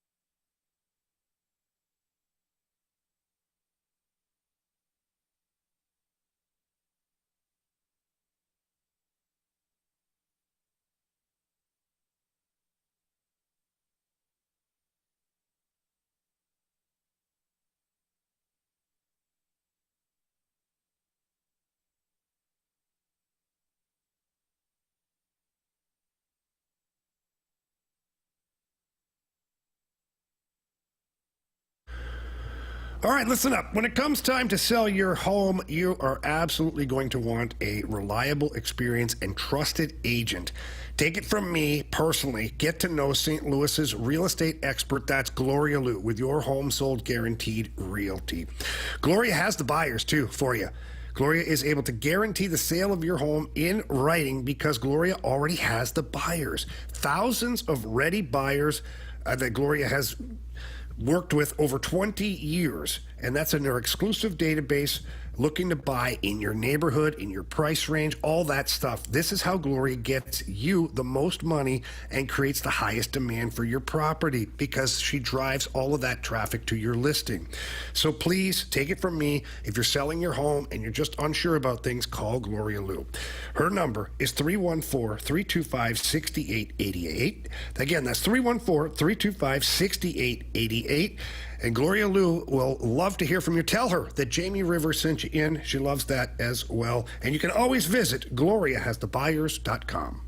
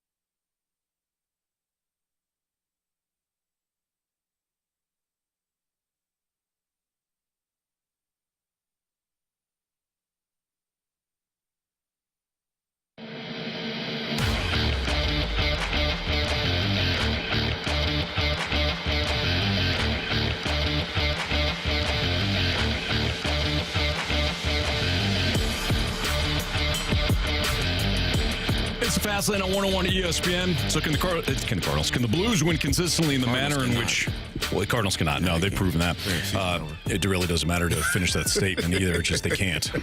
Can the Blues win consistently in the manner in which they played yesterday? Absolutely not. No. You can't fall behind like they did.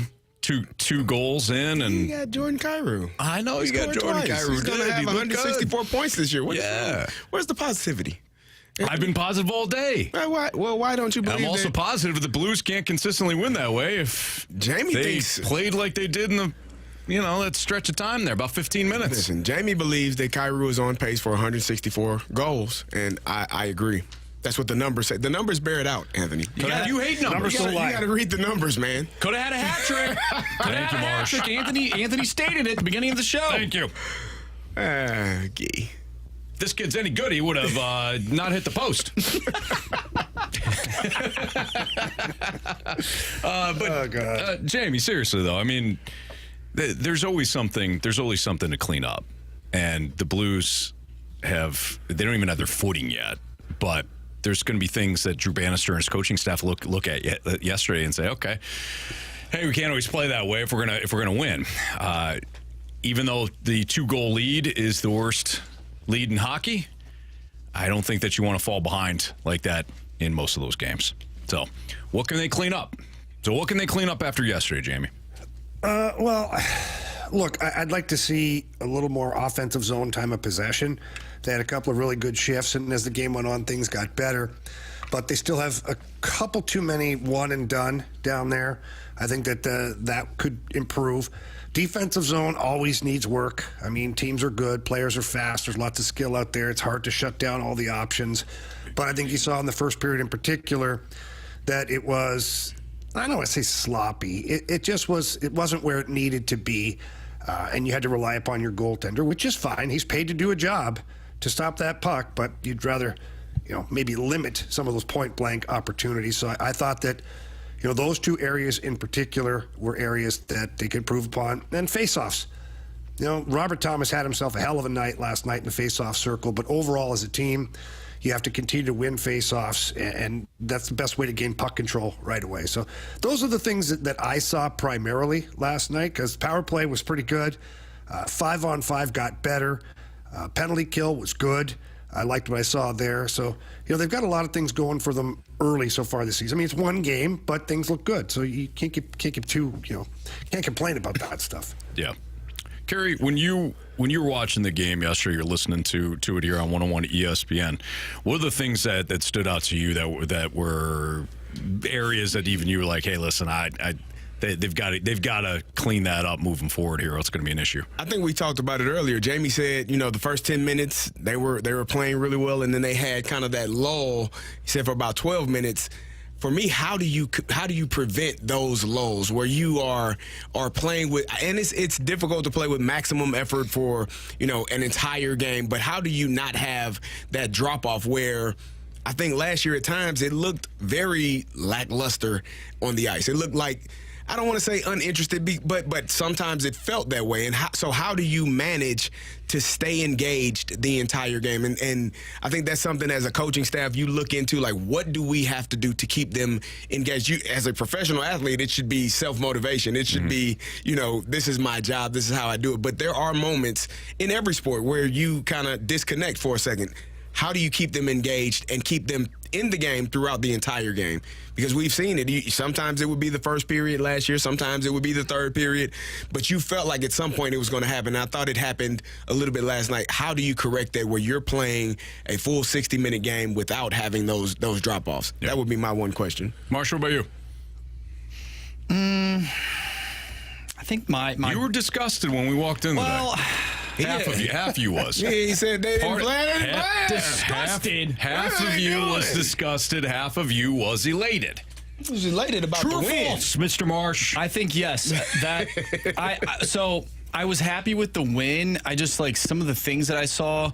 I was like, okay, I don't know if you go up against a better team, it can get away with how you played in the back half of that first period and a little into the second period. Sure. But it is game one, It is game one, and like these guys, and Jamie made a great point. Like these guys haven't really played that much with each other, especially the newer guys that are on the team. And I don't know if they really had that opportunity as a full man unit in the preseason to really get that chemistry going. I just think for me, I want to see just a little bit more offensive push down below the dots. And if you look at the way that they scored, it was off the rush, except for the second goal, which I love. I think Jake Neighbors should get a lot of credit for that second goal because he was playing it right in front of the net, took away the eyes of Grubauer, and then Broberg ends up putting it in the back of the net. But I think in order for this team to be a playoff team, and we've talked about it multiple times, they have to play below the dots and be successful at that. You can't just play off the rush. And if they score off the rush, that's great. I think I'm looking a little bit more bigger picture here. I don't know if you agree with that, Jamie. Yeah, no, I think that there's a valid point there. Look, this is a team that has been, for not in a good way, but has been tried to be a rush team. And I don't think they were trying to do that. I think it was just by design because they didn't have the bodies to play the type of game that could create offensive time of possession. And that's the one thing that I've noticed with this particular roster, with the size and the speed that they have. It's way more conducive to playing that, get it in deep, go get the puck, cycle the puck, work it around down low. I mean, are you still going to have your opportunities or your moments where you score off the rush? Well, yeah, because you do have some explosive players. You've got Kyrou, you've got Thomas, you've got Holloway, you've got Texier. Like, all of these guys have great foot speed. Kasperi Kapanen's another guy that can bust the doors open from time to time. So you will have rush opportunities, but I think that the Blues, I think they've recognized that they're not the Oilers, they're not the Maple Leafs, where they're consistently scoring off the rush all the time, because personnel's a little bit different, like you said, Marshy. So I think the Blues have identified the way they want to play. I think Doug Armstrong went and got the players that he thought could help them play the style of play that they wanted to, incorporate here.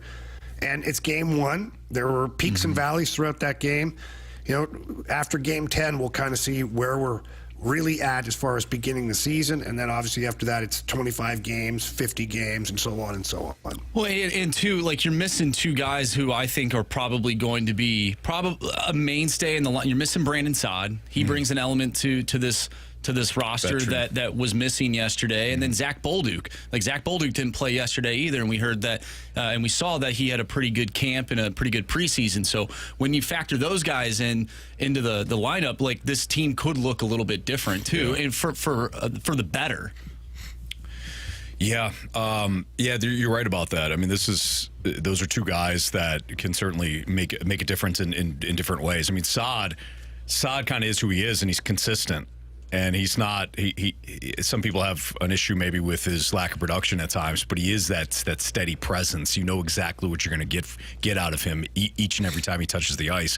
And there's a comfort there. When certain players are on the ice or on the field, you just, as a team, I think you feel better. And he's somebody that's smart and he's instinctive. And again, he gets that veteran presence. So no, I think that's a good point, Marsh. Well, it's time for the Gauntlet. Time for the Gauntlet, boys. We've got a new Gauntlet contestant, correct? We do. Alan will be joining us. Alan. Spicy. Alan. All right, Spicy Alan will join us next on 101 ESPN.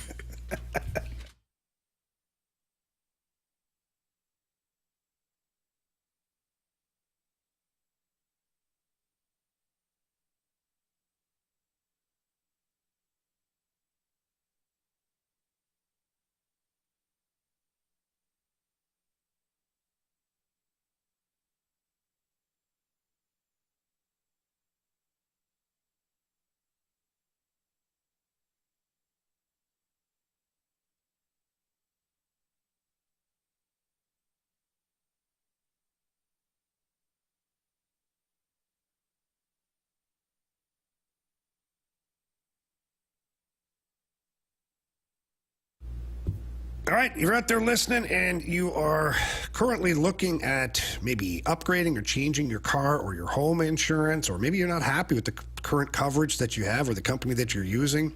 Call my friend Tracy Bibb and the Bibb Agency.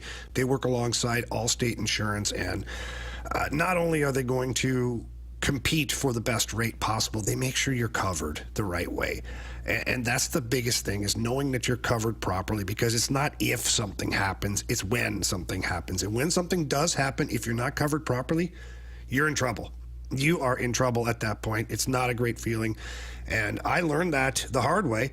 And so once Tracy Bibb took over everything for me, it's been great. She gives you that personal attention that you deserve. You're treated like family, quite honestly. It's not just some 1-800 number where you have to talk to 3 or 4 or 5 people to figure out what's going on. No.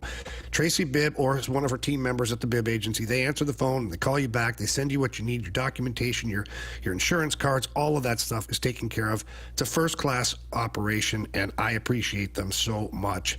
And all you have to do for a free non-committal quote is give her a call at 314-328-4260. Again, that number is 314-328-4260. It's no fib. You're in good hands with Tracy Bibb.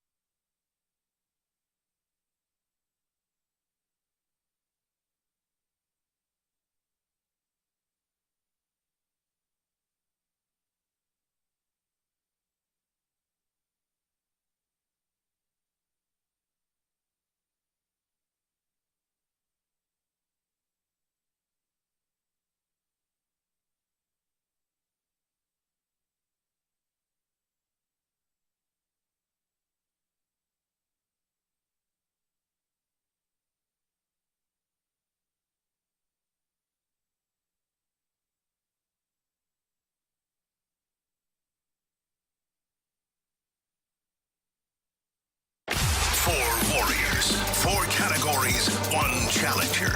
Can you survive the Gauntlet? Brought to you by Blue Note Roofing. Roofing, siding, and gutters. Call 314-920-5713 now for a free inspection.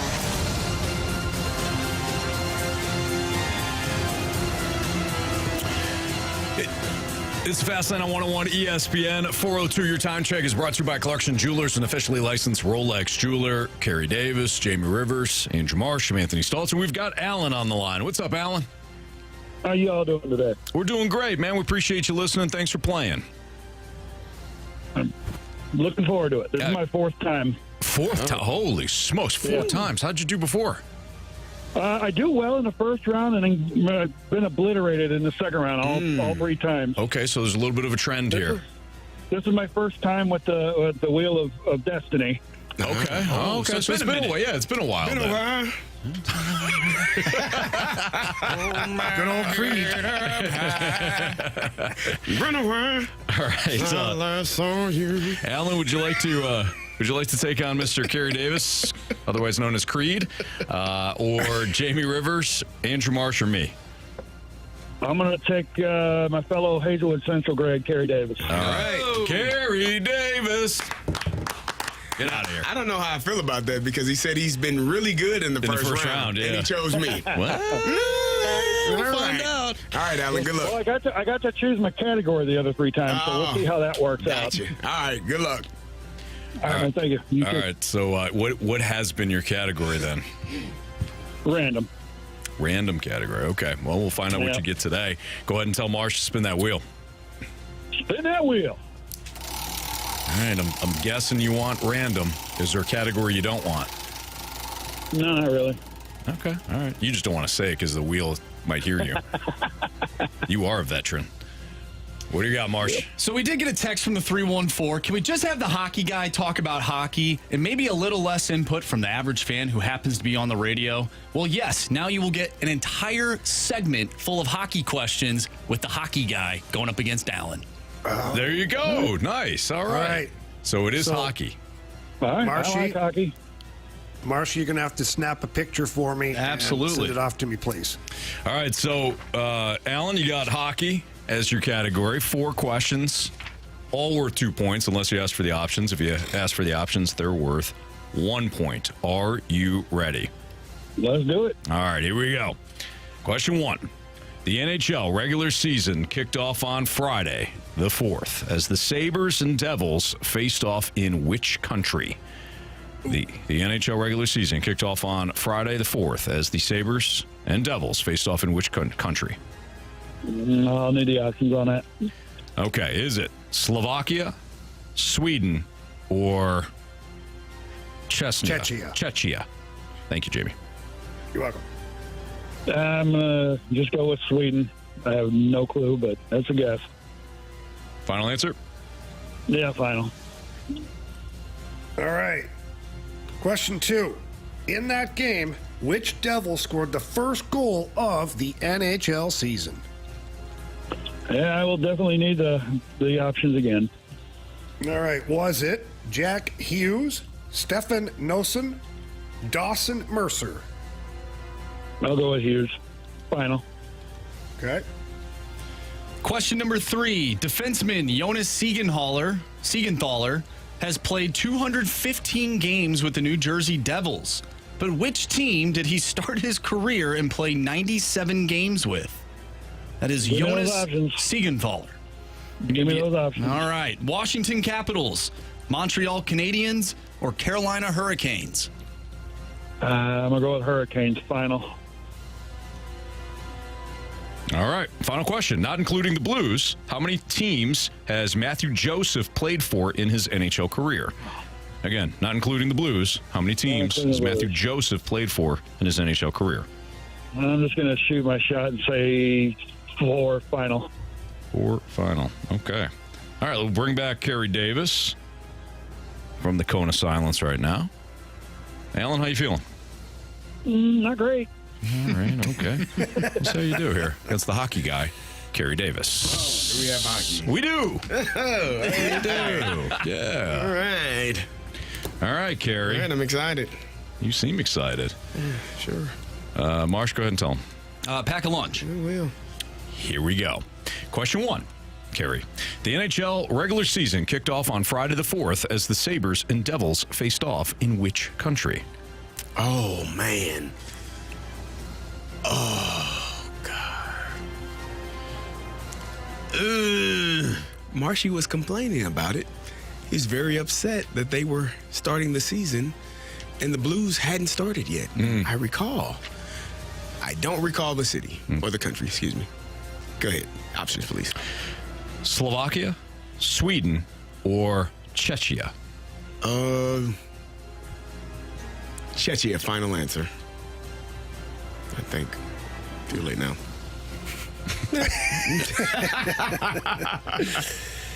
All right, Carey, question 2. In that game, which New Jersey Devil scored the first goal of the NHL season? Options. All right, was it Jack Hughes, Stefan Noesen, or Dawson Mercer? Let's go Noesen. Final answer.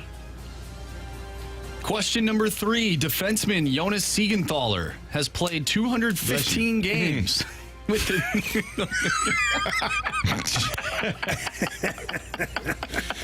All right, let me restart this. You know who this guy is. Defenseman Jonas Siegenthaler has played 215 games with the New Jersey Devils. But which team did he start his career and play 97 games with? I was just talking to Anthony about this the other day. Just slipped my mind, though. Options, please.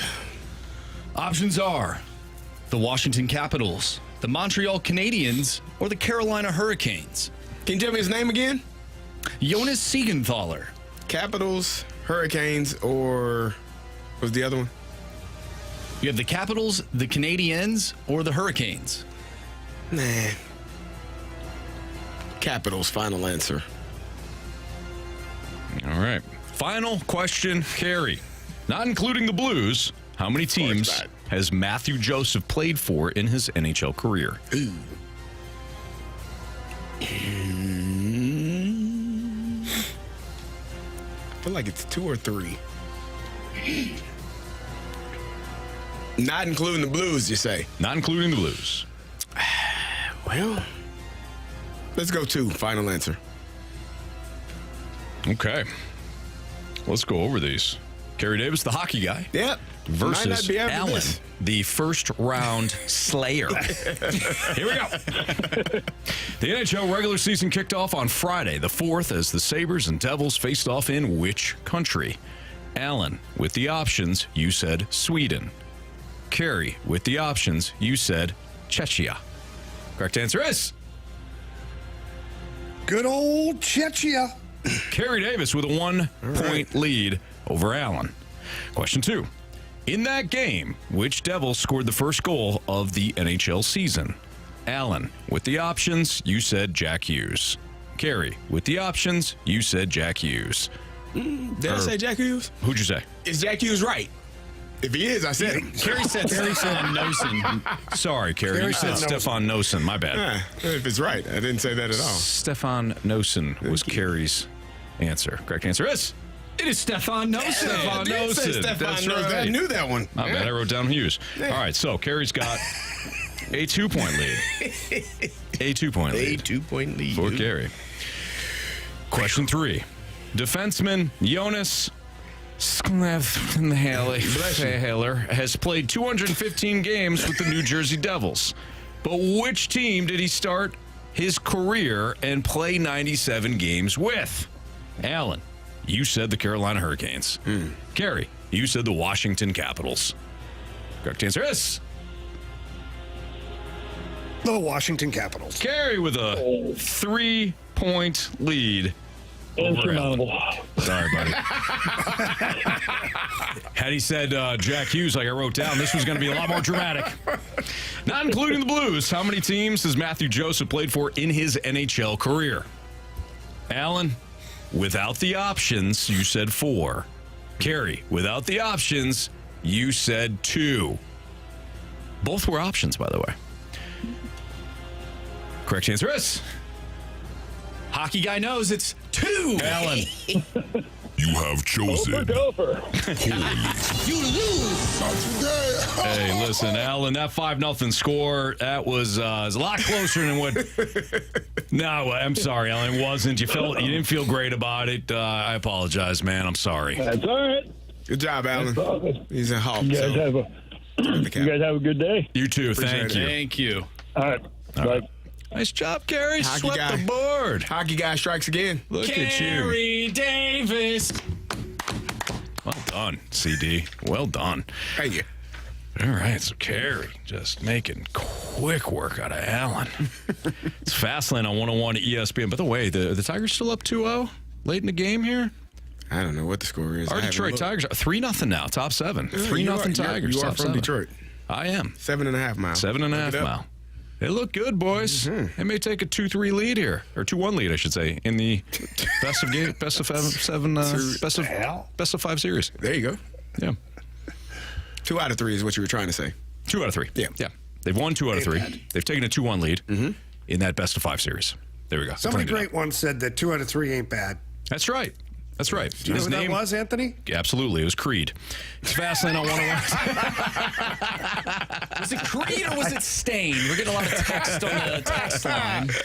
It's Stain. I was listening to it while I was in there. The joke is that anytime Carey sings something, he sings It's in always Scott Creed. Stapp's voice, and he always says Creed. He always answers Creed. Or Nickelback. Or Nickelback. I One of the don't know. two. 2 out of 3 ain't bad was a good old Meatloaf, though. That's right. Yeah, that's right. He's dead, isn't he? I don't know. Well, we don't want to. Yes, he's dead. I don't want to do it. We're getting the thumbs up. We're getting the thumbs up. Mike Ryder says The yes. Shadow gave me thumbs up. The Shadow. Yes, The Shadow knows. NFL fraud or for real? Dark man. We'll play fraud or for real next on 101 ESPN.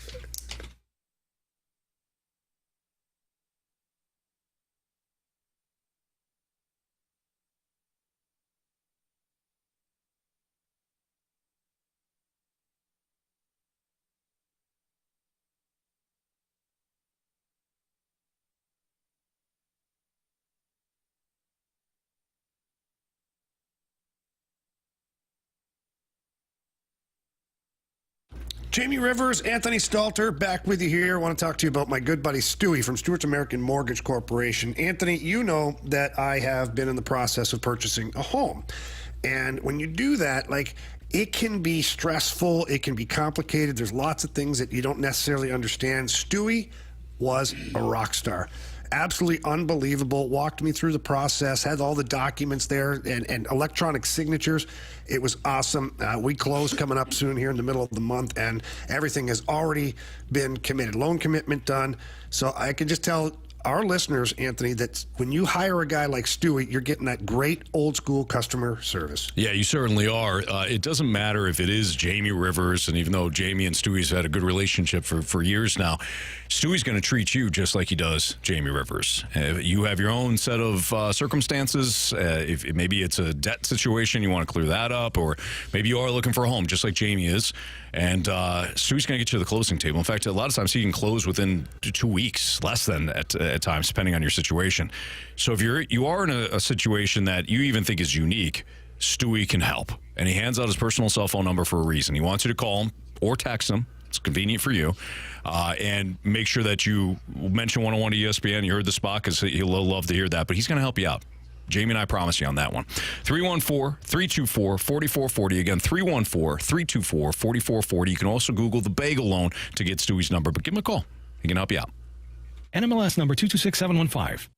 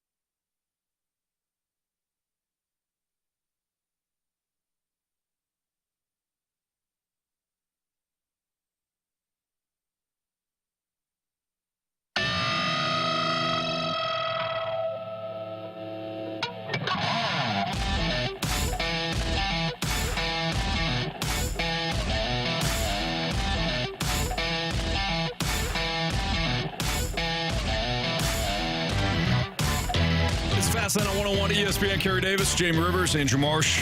I'm Anthony Stalter. Let's play NFL Fraud or For Real. All right, boys. I got some teams here.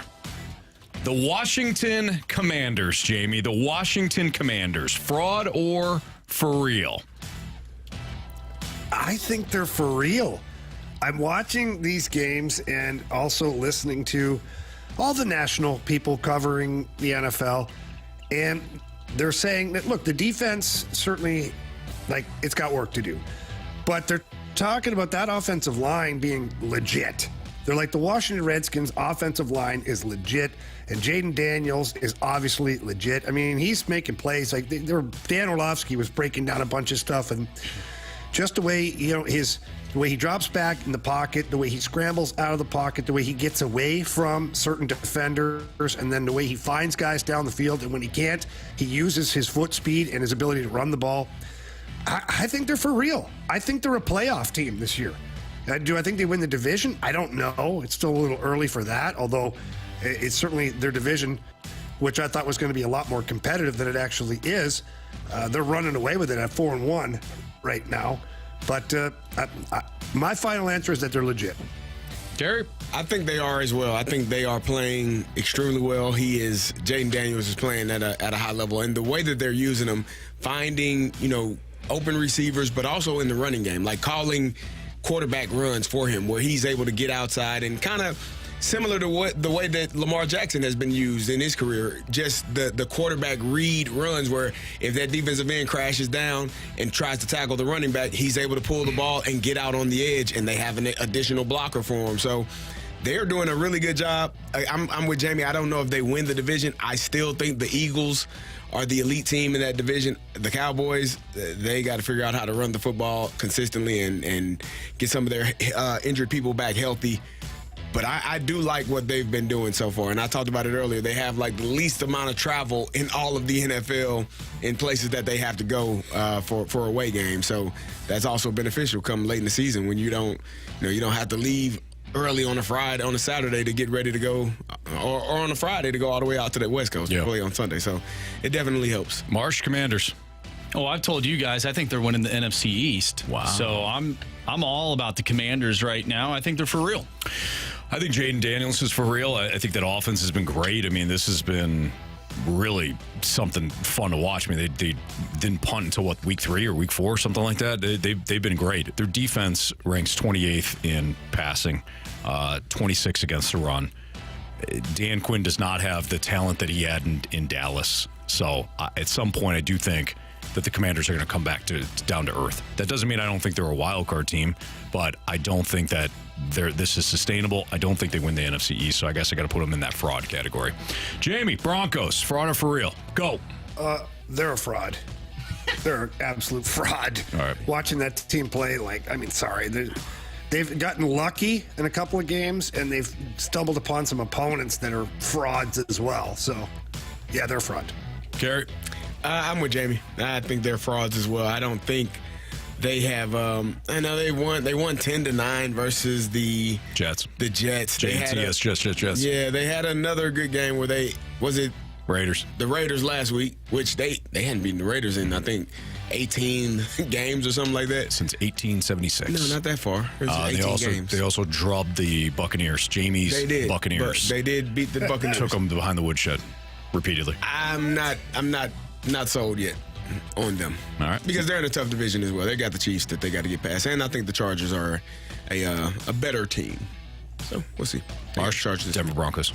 Oh, yeah, they're frauds. They're definitely frauds. But, man, did they look good in those uniforms this past week. Yeah, they should change those to be their full-time unis. I know they just had one. They just had a uniform change this season. Nix comes in. That team, they're not good. Let's be honest, they're not good. The defense is legit. I don't care. That defense is outstanding. The offense, though, if I'm going to criticize Washington for not having a defense but having a great offense, and I call them fraud, I got to have Denver in the fraud category, too. Only because that offense, 30th in passing, and they're fine from a rushing standpoint, but they're more below average. Fast lane fine. But the defense is excellence. Second against the pass, third against the rush. Their secondary is fantastic. So out of those two teams, I would be more inclined to say the Broncos are for real from a wild card standpoint than the Commanders. Just my thoughts. Bears, Carey, go. I think they're still frauds. Okay. I know Justin Fields has been playing better the last couple of games. They had a win versus the Rams, who are depleted in pretty much all phases of life. Yeah, and then they beat up on the Panthers, who, again, they're the Panthers, even though Marshy loves them. What? You do. You picked them. I don't love them. I just picked them twice. Infatuated. That's fine. I like never mind. And never mind. They may have. I was going to say something, but I know Jamie would absolutely torch me. So they have figured out some things offensively with Caleb Williams. I think keeping DeAndre Swift in the passing game has allowed them to do some things. DJ Moore had a pretty good game this weekend, but I think that they're still frauds. They're probably third in their division. Probably fourth. Yeah. Marsh? You said the Bears or the Steelers? Bears. Oh, I thought you said this. You said Justin Fields. I thought we were talking about the Steelers Did I say for a Justin second. Fields? Yeah. Oh, sorry. Caleb Williams. My apologies. The Bears are Justin Fields is your guy. Because they're the same? No. I would not say that, Carey. I think the Bears are frauds for now. Bears are frauds for now. For now, okay. For now, yeah. If I keep picking against them in the Pick'em Challenge, they'll probably end up having a good year. I'll say they're frauds for now, but I think that they have elements of their team that they can build upon. Jamie, Bears? Yeah, they're frauds. Okay. They're frauds. Yeah, I think from an I like what they've done the last couple of weeks with Caleb Williams. That still doesn't mean that they're efficient or good offensively. I think their secondary is great. I think you can run on them though. So I got them in the fraud category as well. How about them Cowboys? Carey Davis. Fraud. Wow. Hey, they can't run the football. I know Dowdle had a pretty good game this past weekend. From a passing standpoint. Well, they just don't look like a team that they don't do much for me. They're not. They haven't been explosive enough. Brandon Cooks being out definitely did not help. He's going to be out for the next 4 games with the infection in his knee. But Dak, CeeDee Lamb, like Jake Ferguson, I love him at the tight end spot. But 20 points, and yeah, that's a good Steelers defense. But they got to figure out the running game. They did much better last week than they have in the previous weeks. They got so many injuries too, though, right now. And I think that's going to eventually bite them in the butt. So I'm going to say the Cowboys are a fraud as well. Jamie? Oh, they're absolute frauds. 100%. They won a game last week, and they played terrible. They were no good. Everybody's like, oh, that was a resilient win. No, it's because you were so damn awful that, so bad. The Steelers were worse, though. That's the scary thing. So, nothing. Both teams, it was like, I don't want to win, you win. So, yeah, I'm going to say fraud for the Cowboys. I think they're frauds. I think they've been frauds. That whole franchise is full of frauds. But I'm sure they'll find their way into the playoffs this year and then lose in the first round. Okay. Yeah, they're frauds. Took you a while? Yeah. Think about it? They can't run the ball and can't stop the run. They can't. I did think about that, Jamie. You're absolutely right. It was a good call out. I did. I was thinking, do I go back to the well and argue with them again? But no, they can't run the ball and they can't stop the run. Like two things that don't work well when you get deeper into the season. So they're frauds as well. All right, Steelers, they're frauds. They have no passing game. Excellent defense, no passing game. Hang on, Carey. Don't believe, Carey, in the Minnesota Vikings, who are 5-0. I don't want to hear it from your Pittsburgh Steelers. Oh! Hang on. Wait. Carey hasn't heard my opinion yet. Go ahead. Yeah, go ahead. You go first. Yeah, Jamie. No, the Steelers. Yeah. Absolute frauds. Oh, no. Oh, man. I don't know much about this thing called life. But I do know Mike Tomlin doesn't have losing seasons in some way, somehow, finds his way into the playoffs. And if you make it to the playoffs, you got to be for real. So until I don't see the Steelers have a winning season under Mike Tomlin and or make the playoffs, these guys are for real. They're good. Ugh. They're good. That almost feels dirty, doesn't it, saying it? Feels great.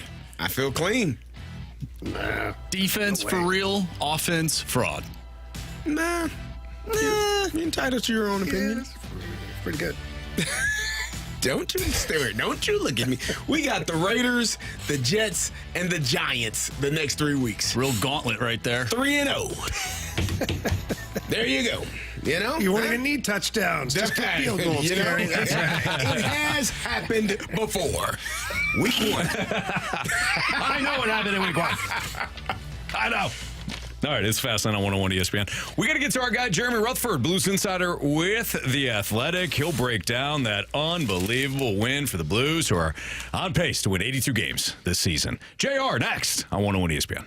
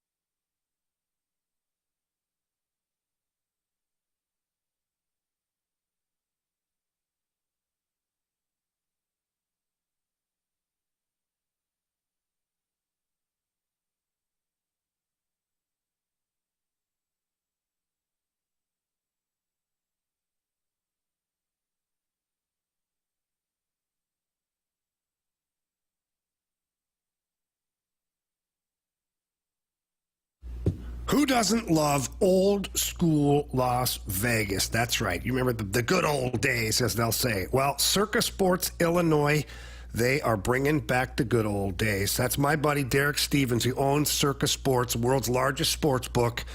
He's got a couple of properties downtown Las Vegas, and Circa Sports being the big one with all of the TVs, all the action in there. Well, guess what? He's bringing all of that to your fingertips with the Circa Sports Illinois app. The model, of course, based off of the old Las Vegas model, catering to those who are familiar with betting, which is why their lines are as aggressive as they are. And they don't need any promos, any fancy giveaways. No, the promo is how awesome the app is and how tight the money lines are. You're getting the best odds all the time out of any app. Circa Sports Illinois is the ultimate sports betting app that brings the tightest money line splits right to your fingertips. There's no betting limits either. It's an awesome app, and they've got great customer service. So if there's a problem with anything, you actually get a human being, not some computerized thing. It's also super easy to use. You download the app. It's very easy to find your bets, prop bets, money lines, you name it. It's right there, again, at your fingertips. So please don't miss out on the action. Download and bet like a pro with your Circa Sports Illinois app today and join in on the excitement. You can always visit their website, of course, and you'll find the app in the App Store. If you or someone you know may have a problem with gambling, call 1-800-GAMBLER or text ILGAMB to 833-234.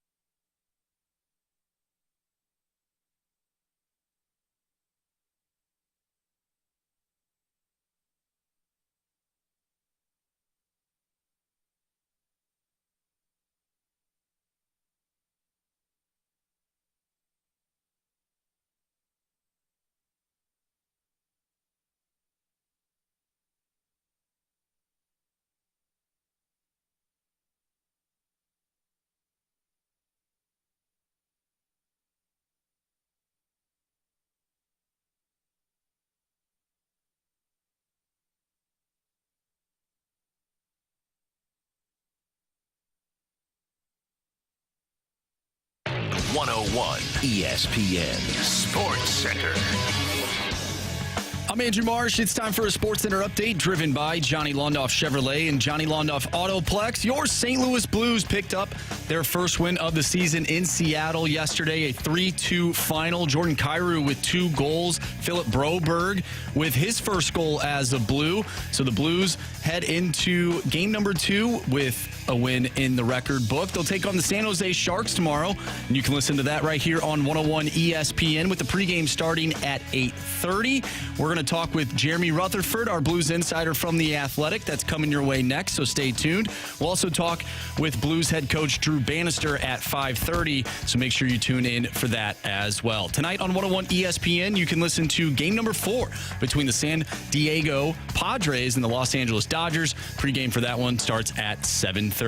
All right, let's get to JR. He's coming your way next right here in the Fast Lane. I'm Andrew Marsh, and the Sports Center update is driven by Johnny Londoff Chevrolet and Johnny Londoff Autoplex. See them at Londoff.com. Chevy, together we drive. Are you kidding me?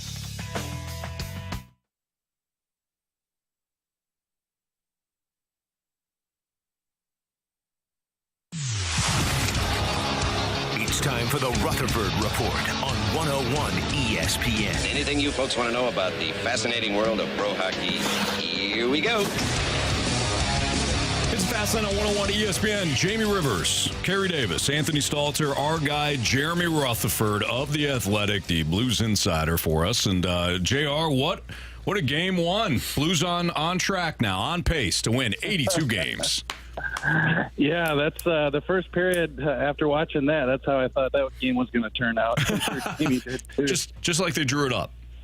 Yeah. I was talking to Marshy, and he said, "How's it going?" I said, "Well, it's tough. You don't want to overreact after a first game or a first period." He said, "That's what we've been doing all day." So, it's a situation where it's fun being practical.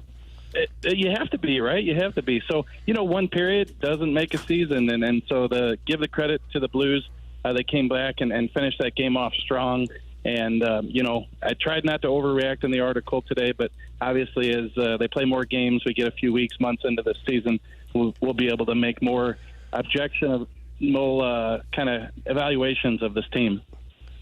Well, yeah, JR, I understand that, but right now you just have to write about what has happened currently in the present, and the Blues won their first game, and they did it in comeback fashion. So you're watching that game last night.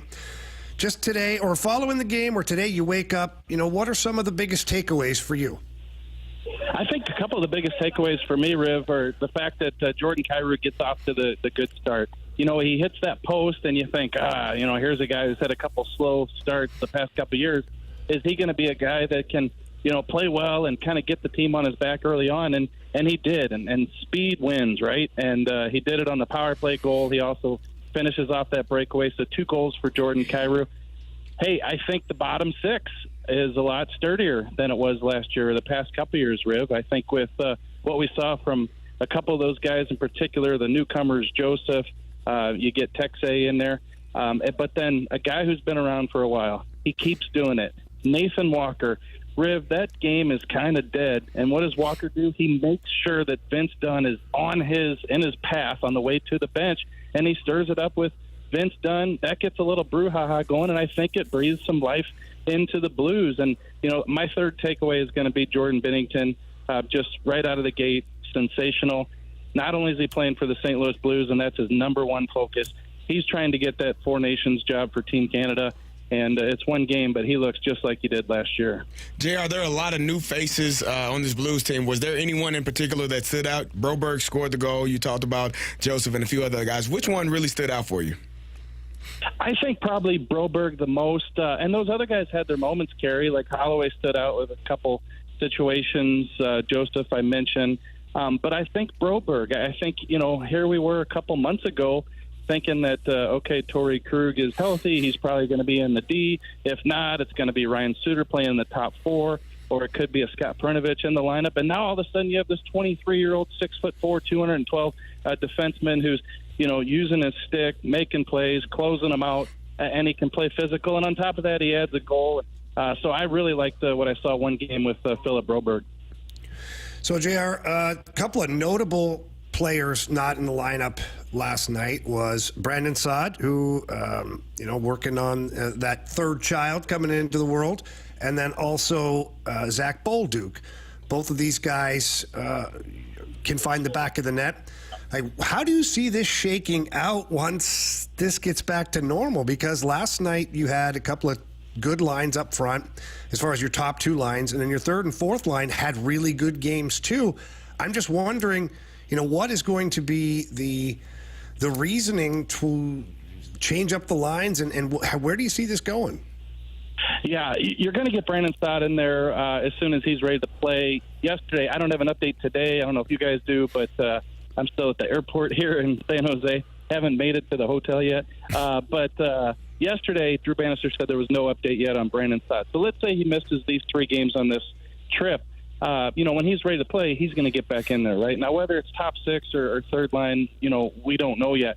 But you're right. I don't remember this type of a logjam up front where you sat there and wondered, okay, well, who could you take out? Now, I will say that the candidate is probably Kasperi Kapanen, but hasn't he been one of your better players in the preseason? Yeah, it doesn't mean a ton, but if he's playing well, do you want to pull him out and perhaps take that chance away from him? We'll see. So, if you're going to get a Bolduc in there, and I don't know if it's going to come tomorrow in San Jose or the second game of back-to-back in Vegas, I particularly think that he needs to get in the lineup. This is a retool. This is a guy with a ton of skill.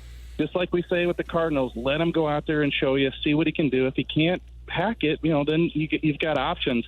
But if you get Bolduc in there, maybe it's a Kapanen that comes out at that point.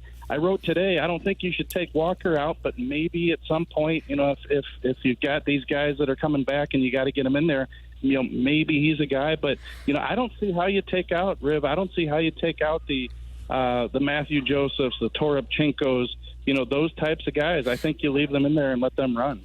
And by the way, we're talking to Jeremy Rutherford, our Blues insider with The Athletic. Since it is one game and it's so fun to overreact, what is something you're already seeing out of this Blues team, JR, that is different than last year, that has you optimistic that it's a turnaround for the Blues? What area? Yeah, 2 things, Stoltz. I'll say one, the power play. Like you said, it's one game. But that was a pretty goal. I mean, that was a set play. It goes from Falk back to Thomas in the D zone, quick up to Kyrou, and then he uses speed to beat the outside. So it wasn't like an offensive zone possession where they really worked the puck around and found the seam, found the hole, and scored the goal. But you talk to these players, and they are confident in themselves with this power play. The number 2 thing I'm going to give you is, you're down 2-0, you're playing bad hockey, you haven't had a shot on goal in 11 minutes, and you got a situation where you come back and get 2 quick ones, 3 quick ones in a span of 2 minutes and get back in that game. So to me, if they can have that type of attitude that they're not out of games, I think between the power play and that type of attitude, those are 2 things that could bode well for them this year. JR, was there anything else that you saw that kind of stood out to you in terms of, we talked earlier about how the Blues team kind of slowed down just a little bit there, and we saw a lot of that last season where not disinterested, but just not really playing at the pace and the level that that they're capable of. Was there anything else that you saw in terms of regards to that?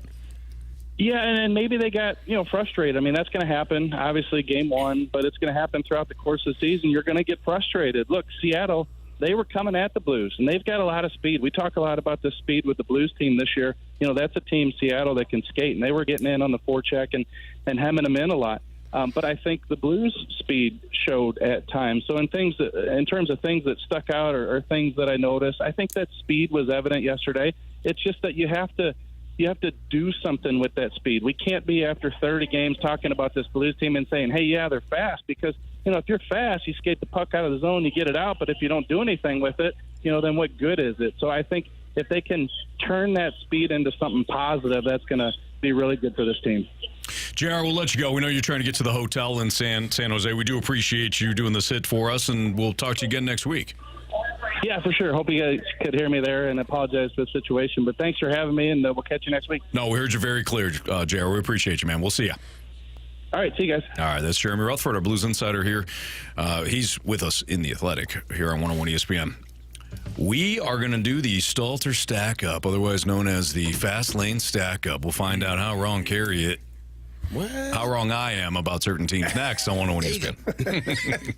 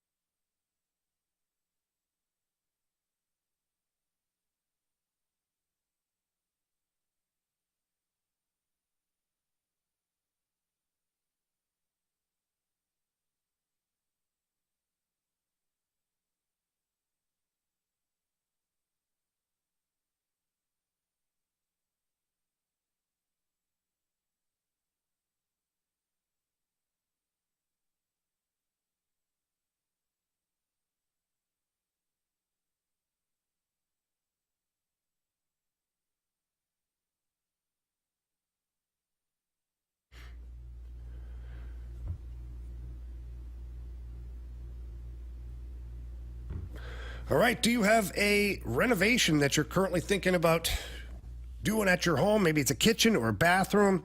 How about an outdoor living space? If you are doing any of those things, please call or visit my friends over at E&B Granite. They are the best in the business, not only with their product, but their in-house design staff is fantastic. Their installers do an amazing job as well. And I'll tell you what, you just go down to their location, 6135 Manchester Avenue, walk in the doors, and you're going to know right away that you're with the best. They've got the in-house design staff right there going to answer all your questions. If you have a vision for what you want to accomplish, they're there to help you out. No big deal. Walk you through it. But maybe you're like me when I did my kitchen and you don't know exactly what you want to do. That's where they're amazing. And then the countertops, some places give you a little sample. You have to try and imagine what it might look like. You don't have to do that. E&B Granite. You walk into the back of the warehouse. They have rows of the countertops, all the stuff, the granite, soapstone, marble, you name it. And you get to pick the exact piece that you want for your home. It's an amazing process. So please drop by there. You're going to love it. Or call them. Book an appointment. Tell them Jamie Rivers sent you in. That number's 314-645-9300. Again, that's 314-645-9300. And you can always visit them at enbgranite.com.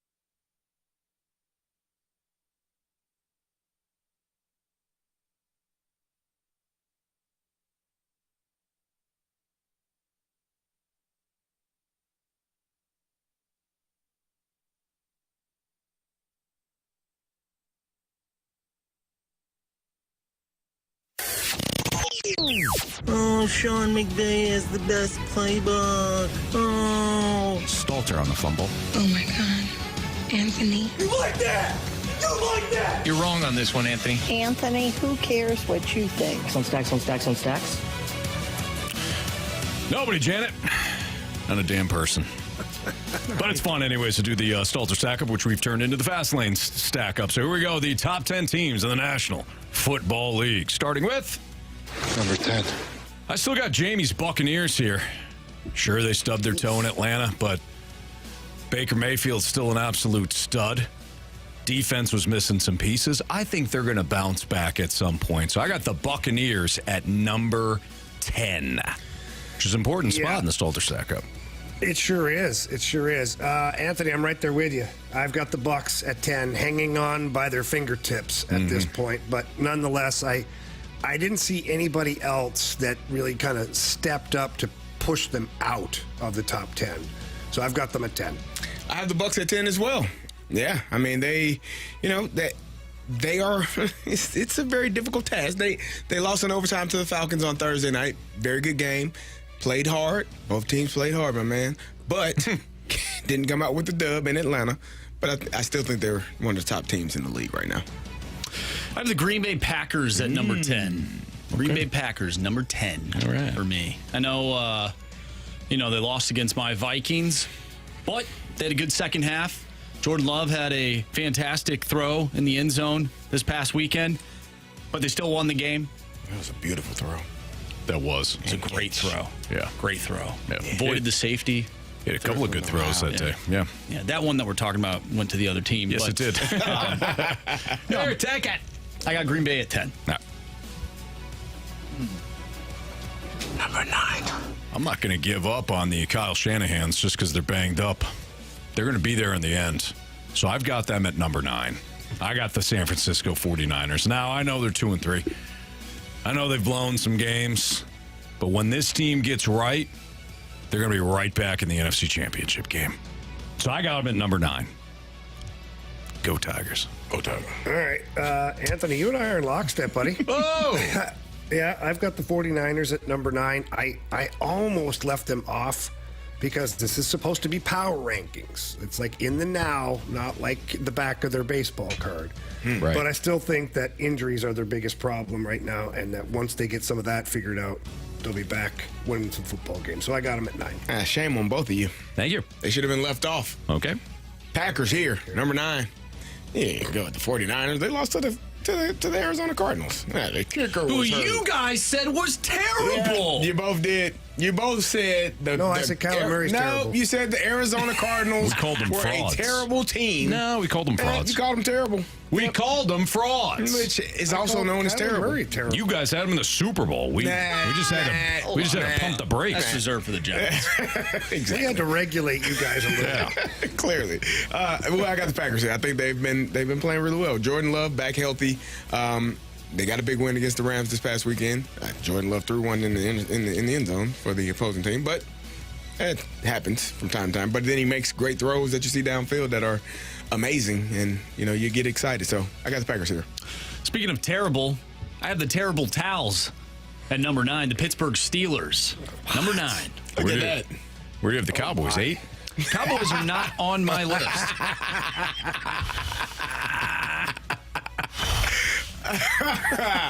Okay. They got a good defense. They do.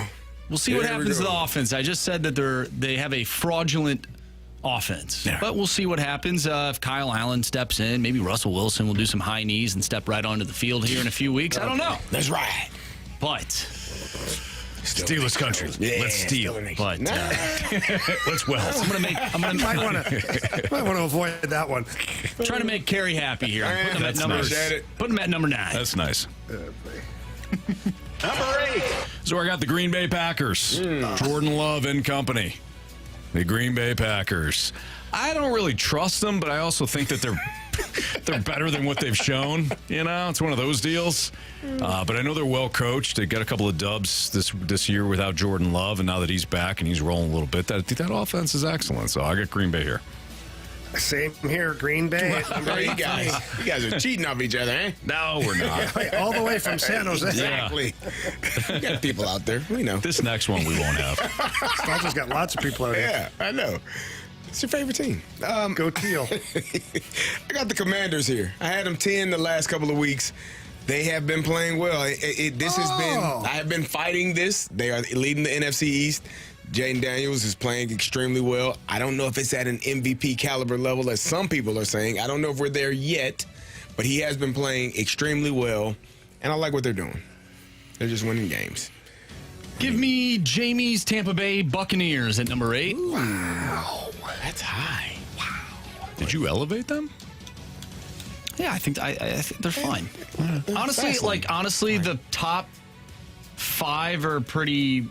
Top 6, maybe 7, we'll see. I think are solidified, and the rest are. I might just be throwing teams in there at this point. Okay.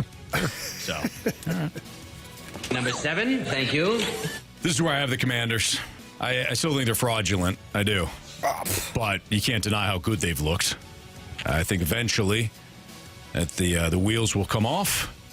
The defense ranks in the bottom 5 in most key statistical categories, but Jaden Daniels, boy, he is putting on a show. So I got the Commanders here at number 7. All right, well, all good things come to an end, and our streak of being on the same page has come to an end. I figured. I have another team that I don't know what the hell they are. I don't think they know what they are, but they've been winning some football games, and the quarterback's been playing pretty good. I've got the Atlanta Falcons. Yeah. Yes. Attaboy, Jamie.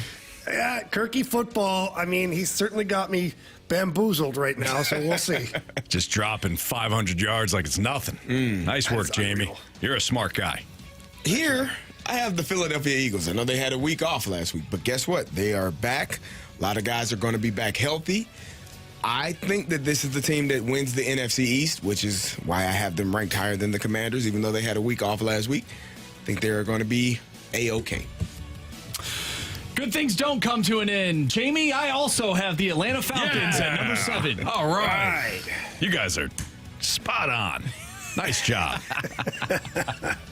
I like that.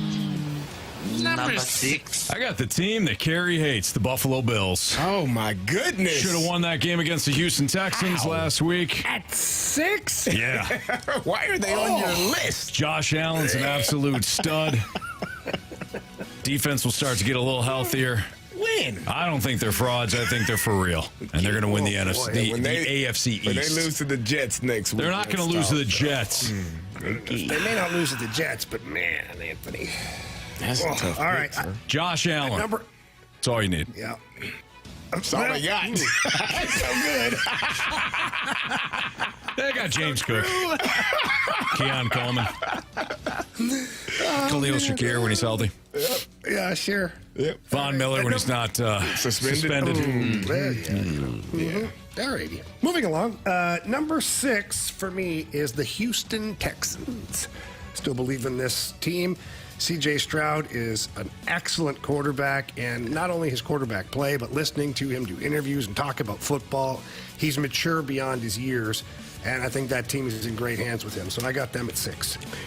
Well, I also have the Texans there at 6. They got a big win against Anthony's Buffalo Bills this past weekend, where Josh Allen didn't know what color uniforms they were wearing. 9 for 30. Concussed. Oh, he was. Well, they do have the same color scheme. Yeah, I could see that. The Texans wore a different color, darker Although they blue. were black. Black, blue. It was darker, right? Real dark blue. Was it blue? It was dark. Did you guys like blue. those? Yeah, I did like it. I thought it was pretty cool looking. Yeah, I liked it. Marshy probably hated it. He probably did. He's Marsh a uniform. did He's a hate bit of a I'm uniform. not a big fan of the H snob. logo. Yeah. Uniform snob. They're fine. But yeah, I think the Texans have been playing extremely well.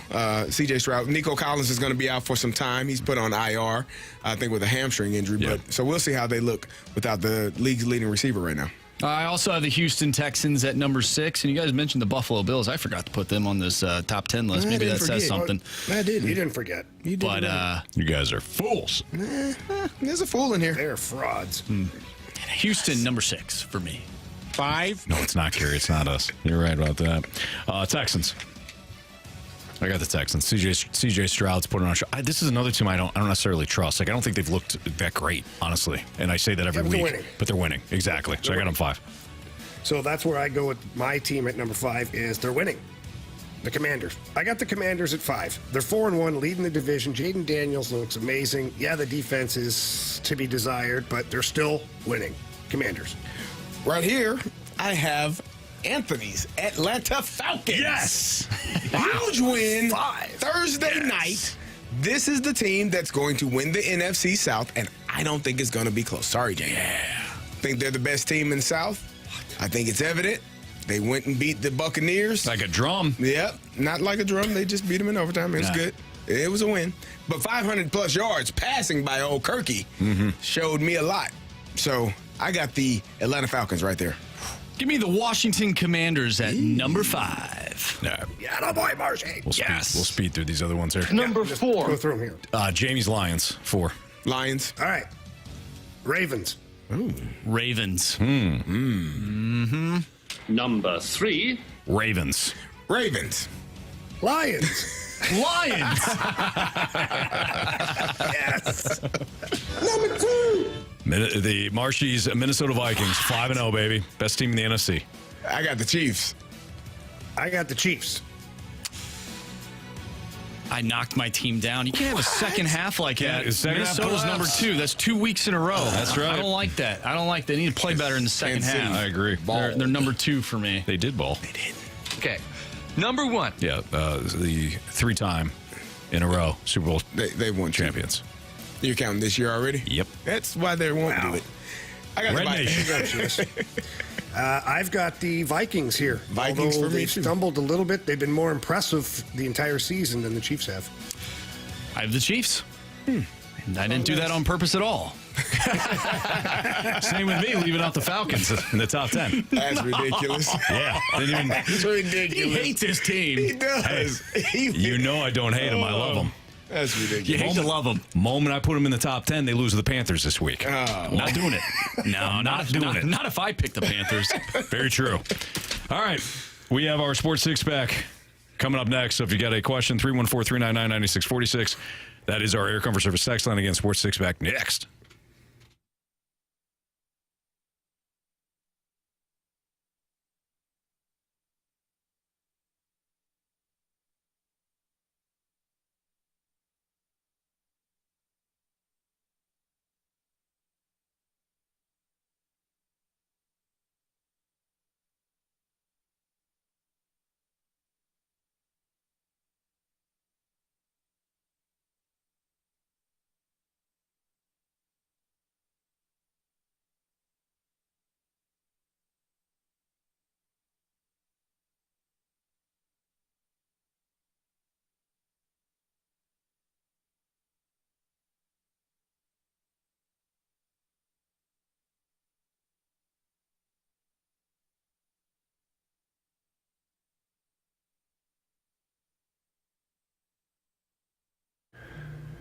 Elevate your performance with Pure Performance, who are your one-stop shop for all aftermarket modifications.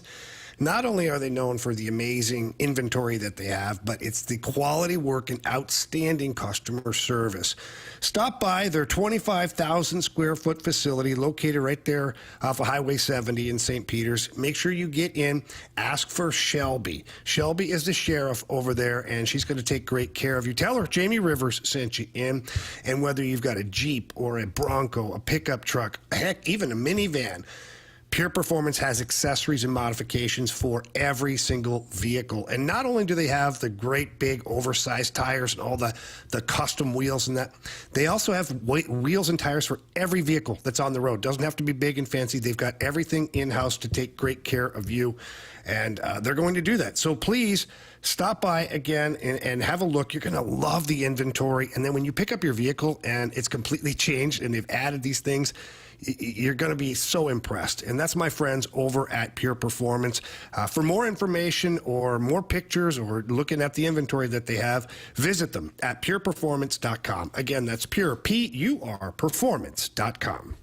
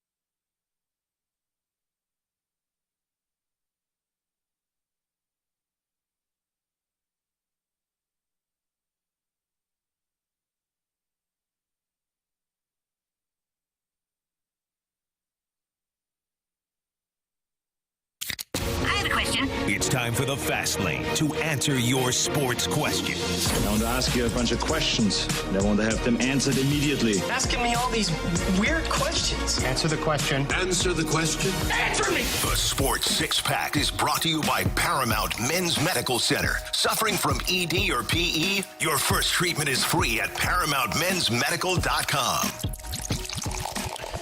All right, time for part one of the Sports Six-Pack. So if you do have a question, 314-399-9646 is the Air Comfort Service text line. It is 507. Time check brought to you by Clarkson Jewelers, an officially licensed Rolex jeweler. Marsh, what do you got for us, kid? Question number one. From the 314, who is the most underrated coach in the NFL? The 314, their vote is Kevin O'Connell. Vikes fan 2-3. Well, if Kevin O'Connell is in the underrated category, then I'll go with Kevin O'Connell. I don't even know if he's underrated anymore, though. But I think he's a phenomenal coach. I think he still falls in the underrated because the casual fan doesn't really know a lot about Kevin O'Connell. Now, most people probably even the casual fan who watched the Quarterbacks series on Netflix, because I knew very little about Kevin O'Connell. Very little. It was just, okay, whatever. I watched Quarterbacks, and I was like, okay, this guy's pretty smart, man. Mm-hmm. He's well-spoken, well thought out, strategically savvy, and you just kind of watch things play out, and then you see, again, with receivers, he was a part of that because of Justin Jefferson, and then you watch the team respond and how they play.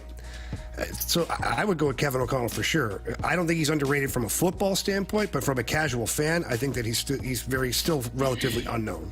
Yeah, I can see that. I would put D'Amico Ryans in that category. I was thinking D'Amico. I was thinking Raheem Morris, probably, because, again, taking over that I don't want to say it was a mess. You needed a quarterback. You got one in Kirk Cousins, and you drafted another one.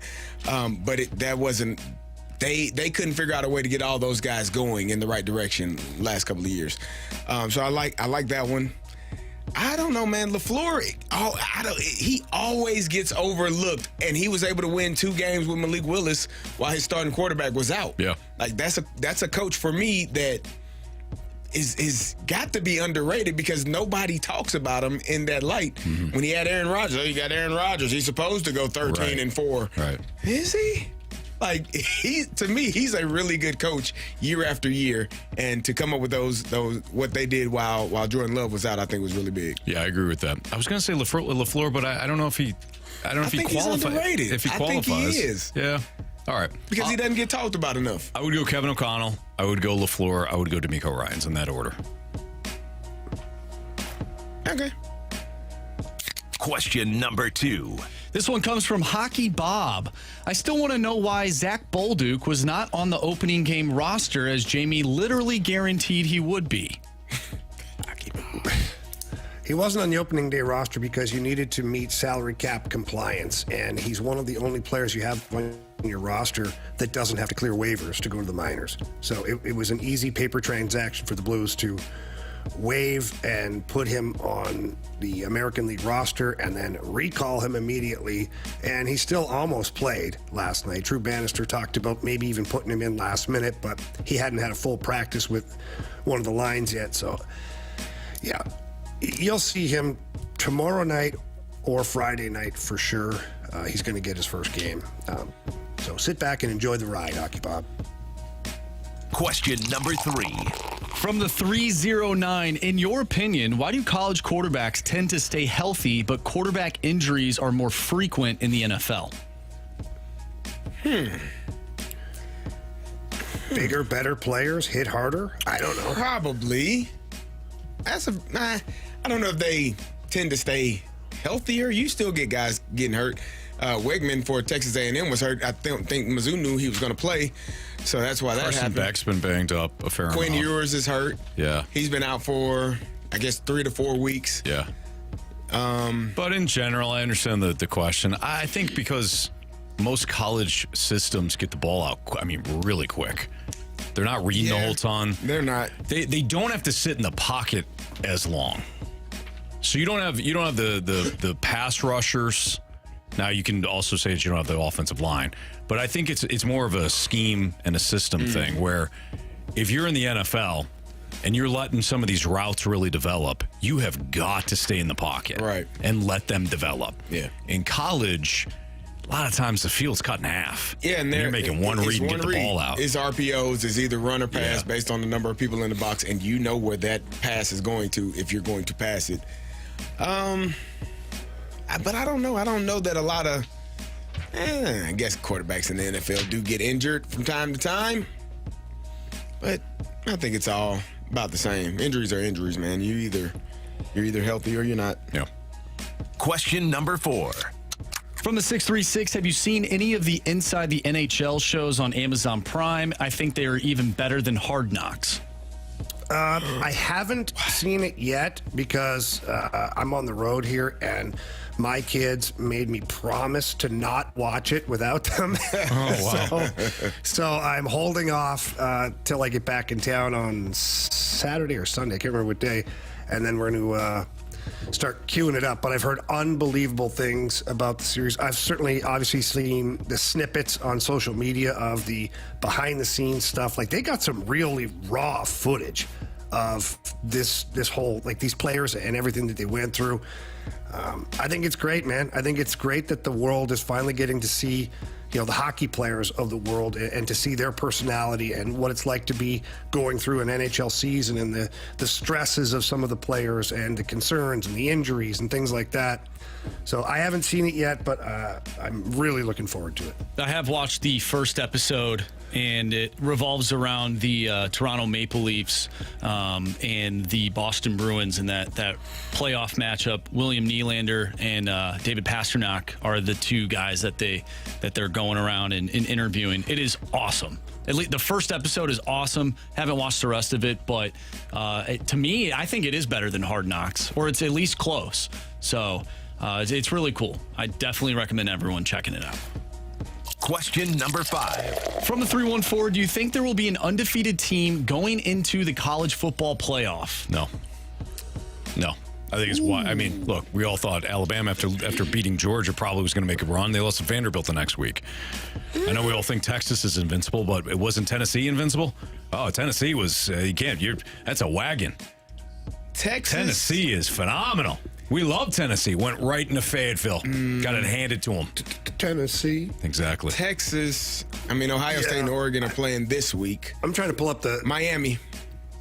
Probably Miami. Just because they can't lose? Because they don't have any. Who are they? What they got? They almost lost a Cal. Yeah, they did. But they got Louisville left. They got Florida State, Duke, Georgia Tech, Wake Forest, Syracuse. I could see Louisville getting them. I could see. I think Duke getting them. They had their two scares. Virginia Tech and Cal. All right, fine. You got to go. If you're going to go with one. That's it. That's it. I'm not going. Syracuse, I could see. Syracuse, they've got like some. Kyle McCord. They're like Boston quarterback. They're like Boston College. Jamie, like Jamie talked about Boston College earlier in the year. Like, they always have 1 year, one win or two. It kind of come out of nowhere. Syracuse just went to UNLV and beat UNLV that was undefeated. So, I think I don't think anybody's going to be undefeated. If I had to choose one. I think Texas has a good chance. Their one massive matchup is Georgia. They've got Georgia on October 19th. They have A&M to finish the season. They have Oklahoma on October 12th. But, A&M's the best team in the SEC. Apparently. I mean, they just motorboated your Mizzou Tigers. Motorboat? Doesn't sound that bad. Doesn't sound as bad as what I saw with Texas A&M. Question number 6. You guys are welcome. Thank you. I needed that. Oh, by the way, I think Army's the team that rules. Army's awesome. Undefeated? Yeah. Okay. Army is great, man. I still love those offer sheets in the summertime. It's a big move. Talking about the football program. Man, he's talking about, we can like both. Oh, sorry, guys. All right, this last one comes from Jigsaw. Am I the only one rooting for the Padres? Not because I want the Dodgers to lose, but I want to see Mike Schilt win it all and show the Cardinals that they can't evaluate coaches either. Yeah. Hashtag suffering Cardinals fan. I'm not spiteful with the Schilt thing. I don't care. I hate the Dodgers. Why do you hate the Dodgers so much? What have they done to you? What did they do to you? I grew up a Giants fan. Mookie. Oh, that's so right. you San saw a lot Jose, of San Francisco. Will Clark. Right, yeah. The Bay Area, what they call it. Yep, San Jose, there San it is. Francisco, Oakland. Yep. They're all kind of in that area. It makes sense. You'd be a Sharks fan. I guess what I'm saying is the Dodgers deserve to lose. Every time. Clearly. Did you see that Mookie Betts literally thought Jerickson Profar thought he stole a home run again? Another one. He was like, this guy, what are you doing to me? Oh, he didn't catch it. That was the first inning, the home run? Yeah. That was funny. great. Speaking of the Padres, does the new MLB postseason format play into the Cardinals' philosophy of just getting in? Yeah, of course it does. It's everybody's nightmare. That's next on 101 ESPN.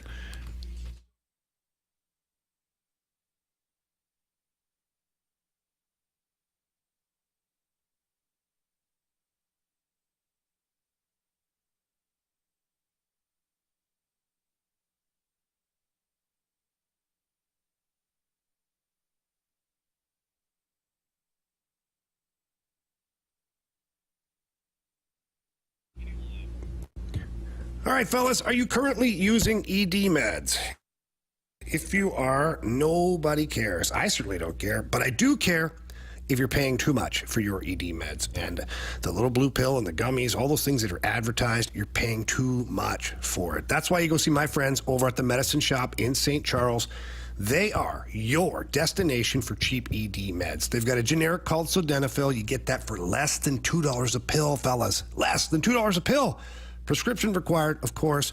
And if there's any other medications or medical things that you need, like my daughter's a diabetic, I've talked about that before, and regular medicines, well, guess what? The Medicine Shop in St. Charles, they offer free discreet shipping and delivery to your home or your workplace. It's an unbelievable program. I take full advantage of it. I'm on the road right now. 7 days I'm going to be out of town. I don't have to worry about it. The Medicine Shop in St. Charles, they will come to me.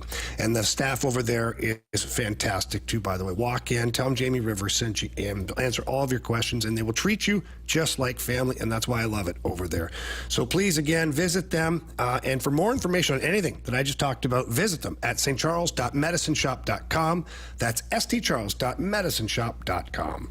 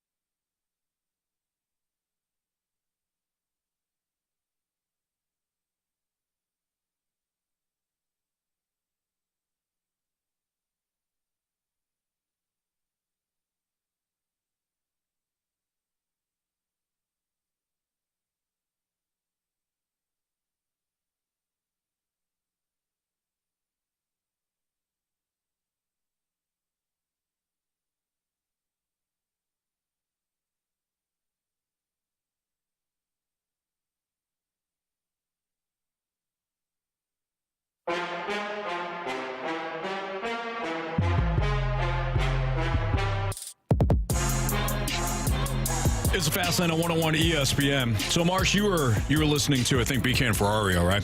And the guys are talking about the Cardinals and whether or not if the Cardinals are in the postseason, this postseason specifically, how'd they fare? And you kind of pitched that idea to me in the office. And internally, I laughed hard because the Cardinals in this postseason, I think, would get absolutely buzzsawed. And it really wouldn't matter who the opponent is. It's like, let's look at this, shall we? Do we think, under any circumstances, the Cardinals would have the huevos rancheros to match up against a Mets team that is red hot? Nah. No chance. Even the Brewers won a game in the postseason, which is unheard of for them. So they even figured it out for a game. Who else? The Padres? Why'd you laugh? You know why I laughed. The Padres would make quick work of the Cardinals and carry their rotten carcass down the streets of St. Louis to parade them all over the place. I mean, it would be ugly, folks. Dodgers don't have pitching. They still win 10-2. So Anthony, there's no chance. Carry on. There's no chance in hell the Cardinals would have done anything in this postseason. So you're saying the only team that they had a chance to beat in this playoffs was the team that they finished, 7 games behind? Oh, I'm sorry, 10 games behind? The Milwaukee Brewers? No, I even said the Brewers won a game. No, I'm saying in the postseason. That's the only team you're saying they would have a chance to possibly beat. It's the only team that they wouldn't get absolutely obliterated by. We need to figure out what their record was against the Brewers this year. I think it was under 500. I'm not saying they would have won. No, I'm saying, but you're saying that's the only one they have. Obliterated by. That's the only one they would have a chance on this side. I'm not even willing to say that. So no chance at all. No. Okay. None. Am I wrong? Nah. No. But think that showed during the season, didn't it? Absolutely. Okay. Yep. So how do you get better? How do you fix it? Like, we got problems. Oh, Anthony. you need pitching. You need hitters that actually do something. AB in the statement goes, tell us how you really feel, Stalt. You need to hit with runners in scoring position, Jamie. You need some more power. Maybe having a clue of, when it comes to an identity. Sounds like a new team. Yeah. Okay. Basically. Yeah. So if we just isolate what you teased kind of going into the break about, the Padres and whatnot. If you're just the Padres, if the Cardinals are like the Padres, just get in and you never know. The Padres didn't just get in.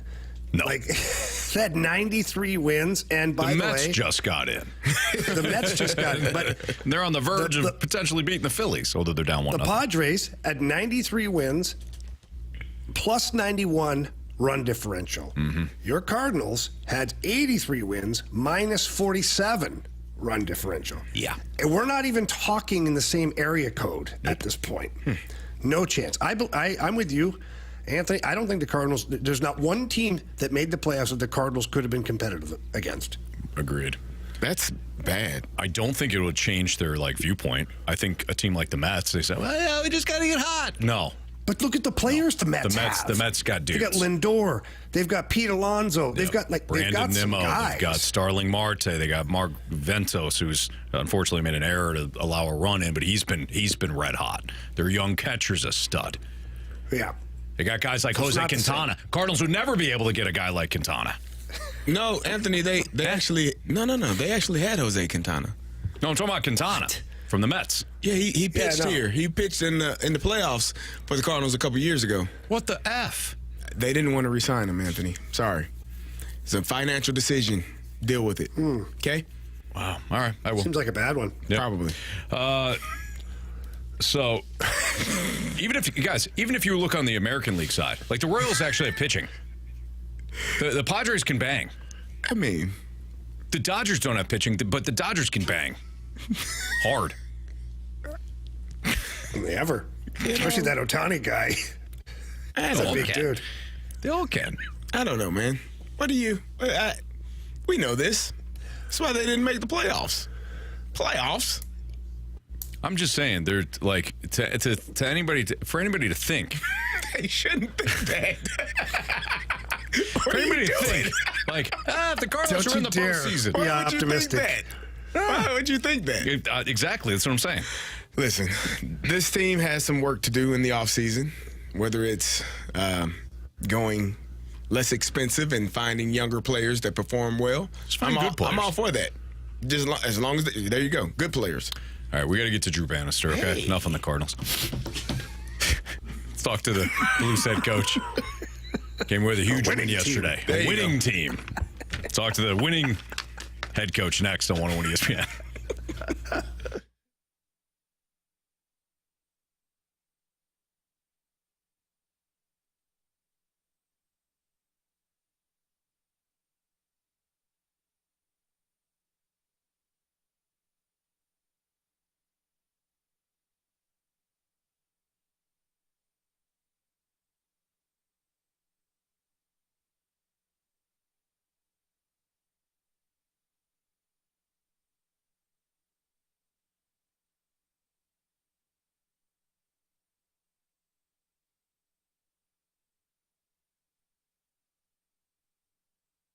Right now at Auto Centers Nissan Herculaneum, they've got great deals because they've got their Fall into Savings event, which you heard me talking about in September. Well, it's been extended throughout October. So if you're looking for an affordable brand new vehicle, they've got 2024 Nissan Kicks and Sentras and Versas, all priced below $23,000 right now. And 2024 Nissan Rogues and Altima starting below $30,000. In fact, they've got low lease payment options on the 2024 Rogue for only $29 per month.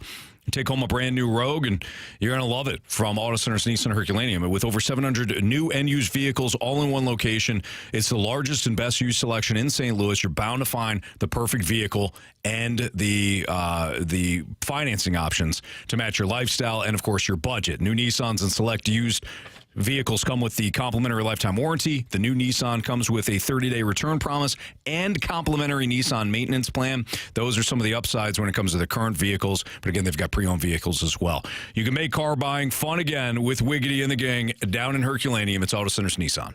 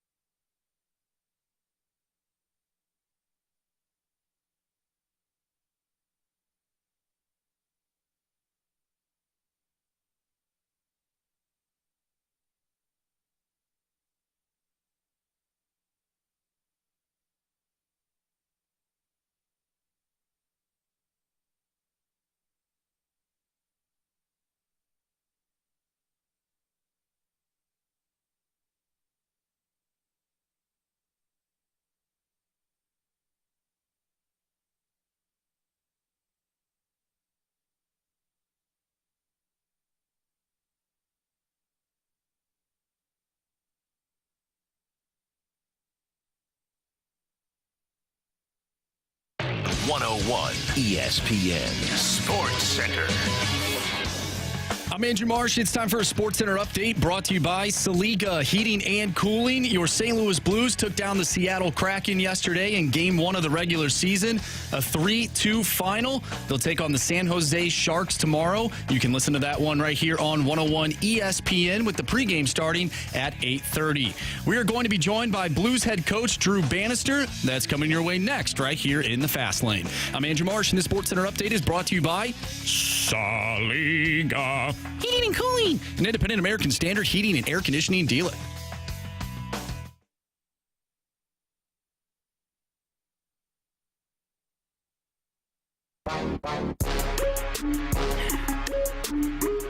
It's a Fast Lane on 101 ESPN with our guy Jamie Rivers, former Blues defenseman. Of course, you heard him on the call last night for the Blues Radio Network right here on 101 ESPN. Carey Davis, I'm Anthony Stalter, and we head to the 101 ESPN Celebrity Line. We're joined by the head coach of your St. Louis Blues, Drew Bannister. Drew, Coach, we appreciate you hopping on with us today. Hey, thanks for having me, guys. Oh, it's our pleasure, and congratulations on the win. I'm sure it's just how you drew it up, right? Fall two down, and then come storming back. But I'm sure that you're very proud of the way that your guys fought back yesterday in Seattle. Yeah, I mean, not exactly, but I mean, obviously, going to that environment, like it just you're kind of trying to weather a storm. Like the other team, obviously, with the travel we had, the time change, their first home game, big crowd, afternoon game, which is somewhat unusual for us at a 1:30 time. Weather the storm, kind of get out of the first period, think that we're going to, be a little bit more on our toes than we were. I thought we were hesitant. We didn't play on our toes in the first period, and we kind of came in a little bit flat. But, credit to the guys. Like, I never felt on the bench that we were in trouble. Like, the one thing that I noticed was kind of our habits were starting to creep in that were really good, and it kind of started to build our game a little bit. We had one or two good shifts, and we draw a penalty, and we score right away off the power play, and then from there we kind of started to take over the game. And obviously our third period was really good. I think we gave up one slot chance and the whole 20 minutes, and I think there was 11-minute span there where we didn't even give up a shot. So it was. You take away the first 30 minutes, second 30 minutes was a real good road game for us. Banny, last night, like we just talked about it, down 2-0, and the first half of the game is not going exactly to script. But you got a fourth line out there of Faksa, Toropchenko, and Walker, who, quite honestly, they kind of drug you guys back into the battle. How important was that last night to get that energy line out there and kind of create some chaos for you guys and maybe a little energy? Yeah, and I thought they did a good job overall. Just playing a North hockey game, and I know they didn't affect the score sheet that much, but they played 10 minutes. They were strong in the walls. In the third period, I was really impressed with that group. Just getting pucks deep, and they seem to get, they created a lot of stalls in the offensive zone and forced, and quite honestly, if you look a little bit back at the game, like they saw a lot of minutes against the other team's top line, and they handled it really well, but to talk about that one shift, it was just, they kind of scrum it up, and, I thought up to then even, there was a couple shifts where we kind of started to get our feet moving a little bit more, but certainly that kind of jolted us in a positive direction, and we kind of took off from there. So you talk about them being out there against the other team's top lines, and I noticed it too last night. And the one thing that I thought of, and would get your thoughts on this for sure, is that it's got to be a nice feeling to have a third and a fourth line that you're really not worried about most matchups in the NHL. I mean, you've got some that you'd be worried about, but otherwise, they're pretty reliable players, and that takes the stress off the group a little bit at the same time. Yeah, and it also frees up, like if they're gonna do that, then it kind of frees up our top two lines at times, and I have a lot of trust in all four lines, but certainly our bottom six and the dynamic that we have now. How that's changed, how they can skate, size of them too. Surely makes it more difficult for us to be matched against, I think. I think teams are going to probably test us early on to see if they can get a matchup they like. But, for me as a coach, I'm pretty comfortable back there just throwing them out in certain situations, And losing a matchup, obviously, when you're on the road, you can't really dictate it too much. But certainly, it kind of opened up the game because I think, when it was a 2-0 game, I think they got maybe a little bit careless, thinking they could really open up the game. And it kind of opened up the game for us a little bit more on the offensive side, and we were able to get a forecheck going, and I thought that's kind of what drove our game in that second half was really our forecheck, which led to some offensive opportunities before we scored. There's some pretty good chances in the slot that we had, and then obviously the power play goal that we score, and then we take off from there and score another 2 goals within probably a 4-minute span. Coach, you coached 54 games last year. Yesterday was a little bit different. It was the season opener. Did it feel any different? Did it feel like a game one as the head coach of the St. Louis Blues in the season opener? I've been asked that question before, and to be honest with you, it's just game one of the regular season, and I think going through what I did last year, I mean, the importance of being the coach of the St. Louis Blues for me is something that I take very personal, and I'm excited to be. I'm just excited to be a part of this group that we have on the ice and be with them each day. And yesterday was another day. Today's another day, and we'll move on and get ourselves ready for tomorrow when tomorrow comes. Now, Benny, a couple of times during the game last night, you reunited Buchnevich, Thomas, and Kyrou. Was that something you guys had thought about before the season started? And when you reunited them, what was the strategy at that point? I did it last year. I don't know why I don't know why this is making news, to be honest with you, because I did it last year. Like, even when I broke them up, it was something that I did. And, whether it's, and again, it's all pendant on the game. If we have 4 lines that are rolling, I don't see an opportunity where if we have some chemistry and things are going well, I probably wouldn't do it, pending, the score. Sometimes it's really game situational. I want to make sure that they're fresh. More or less in my thoughts is, with the depth of our bottom 6, I'm going to be using a lot of different guys on the kill. So, there's an opportunity right after a kill where I can get, all 3 of those guys that maybe been sitting for a little bit to get them out and get them back together and give them a shift here to catch up and get their legs going. Coach, you mentioned Jordan Kyrou. He had 2 goals yesterday, 2 really good goals. One of them turning defense into offense. What did you think about his game yesterday and his play? It was good. Obviously with the 2 goals that he scored, and I think he hit, early on in the first there, he hit a crossbar that, almost came out and hit the back of the goal and went through the blue paint. He had a couple other opportunities. It was just there were some small things. It's, again, when I go back to, when I really felt like we were building our game, it was our habits, whether it was, we had real good sticks. We were stopping on pucks. There wasn't a lot of swing-aways. Allowed us to play a lot faster. I still think, and early on in the game, we didn't utilize our skating. We didn't move pucks quick. We weren't up in the rush, and as we started to go and build our game, those things happen more. And but overall with Jordan, you get out of the game and you score 2 goals. It's a good start for him. Certainly, it was a big part of our success. And he's going to be a big part of our success moving forward. Coach, you got Philip Broberg in the lineup last night. He scores a big goal for you guys. But I'm more, I guess, not concerned. What I'm wanting to know more is, what were your impressions of the defense corps overall, the partners collectively together and the group? Yeah, I think, it's 2, to me, yesterday was kind of 2 games. The first 30 minutes, we were probably, if you're rating it, let's say, 1 through 5, where 1's a really bad game and 5's an outstanding game, that first 30 minutes, probably we had a lot of 2s and 1s, and I think that was for the whole core, other than probably Jordan Binnington, was probably a 4. And then after that, the last 30 minutes, you probably have a lot of, 3s, 4s, and maybe a few 5s in that group, So, as a D-corps, I thought they settled into the game nice. I thought in the last 30 minutes, they did a lot of good things. you could see them kind of start to, be more aggressive, play more on their toes, be up in the rush, which allowed our forwards to forecheck, and our forwards did a good job reloading and backing them up. There was a lot of pinch and fill situations that we could be really aggressive on. So I liked what I saw. I liked the way a group as a whole, as we built our game, early on wasn't perfect. But we stuck with it. The energy on the bench, the belief on the bench, it was positive.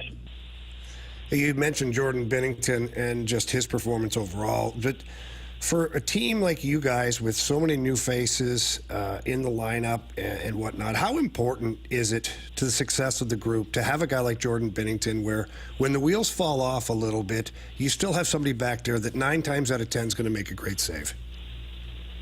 Yeah, I mean, he's been an outstanding goalie ever since I've coached him. Whether it's at junior, the American Hockey League level, and then we all know what he's done at the NHL level. So it's important to have that when you do make mistakes. Obviously, you want to limit your mistakes as a team, but the NHL is a good league. You're going to make mistakes. It's a game of mistakes, and to have that stability in net when you do make a mistake, that he's able to kind of save your bacon a little bit. And I thought, yesterday was a good example of, Binner having our back, in the first 30 minutes, and then us taking over and having his back, in the second 30 minutes. And, I think it was a good team effort from everybody, from Binner, and then from the group in front of him that really started to take over the game for him and give him a little bit of a break in the second half of the hockey game. Coach, we appreciate your time. Congratulations on win number 1 of the season, but we know that there's a long road ahead, and we wish you the best of luck, and I'm sure we'll talk to you again soon. Thanks, guys. Appreciate you having me. Thanks, Coach. Our pleasure. Appreciate it. All right, thanks, Coach. Cheers. That's Coach Drew Bannister here in the Fast Lane on 101 ESPN. Great stuff out of the coach. Very measured. Mm-hmm. Very measured, as you would expect. But I love, too, the comment he made to you, Jamie. You were asking, because that a lot of people continue to talk about it. He's like, I did it last year, too. Where you yeah.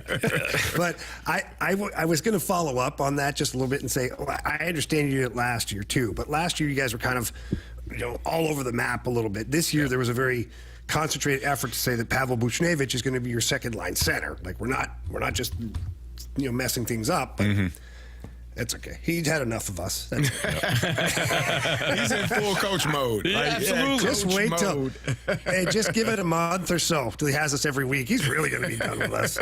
I love us. Coach, Chief did. There you go. Chief loved us. Well, we think he did.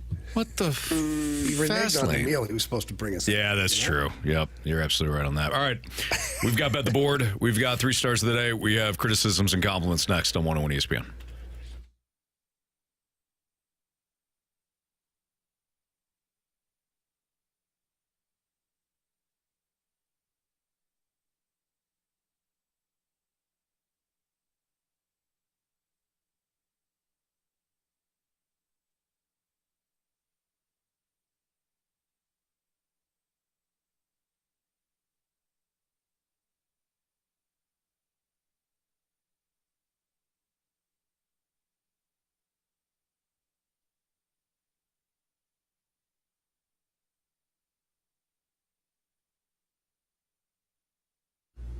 Fellas, are you feeling like you've lost your edge?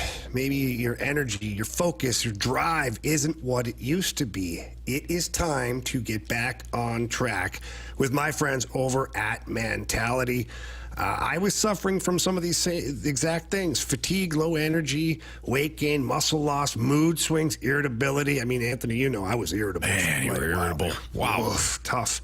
But went into the Chesterfield location of Mentality, sat down with a board-certified physician, and answered all their questions, told them what I was feeling, and then they took the blood panel, and sure enough, I was low in testosterone as well as a couple of other vitamins. And man, once they got me on my personalized program, things really changed. Jamie, it was kind of remarkable, too, because I didn't necessarily see the change after I got into the mentality program in the gym. I saw it actually when I was at home. I saw it when it came to the weekends and going, all the stuff with the the kids and the chores and the work, this, that, and the other thing. And all of a sudden it was at 9 o'clock at night. I'm like, hey, what else needs to be done around here? I've got it. Like, mentality helped in a lot of areas. It helped focus me up. It helped energize. And then we're talking about, like, not that spike in energy, that sustainable energy. So the fatigue went away. And then, of course, in the gym, man, when it came to working out again, things weren't necessarily, easier. But, man, that weight went up a little easier. So if you are interested in correcting some things in your life when it comes to feeling down, depressed, irritable, all that, head to Mentality. 2 locations, one in Chesterfield, one in South County. You can also check them out online, lowtusa.com. Again, that's lowtusa.com. But visit Mentality, tell Jamie and Anthony sent you. They're going to help you out big time. But trust me, it works. It's Mentality.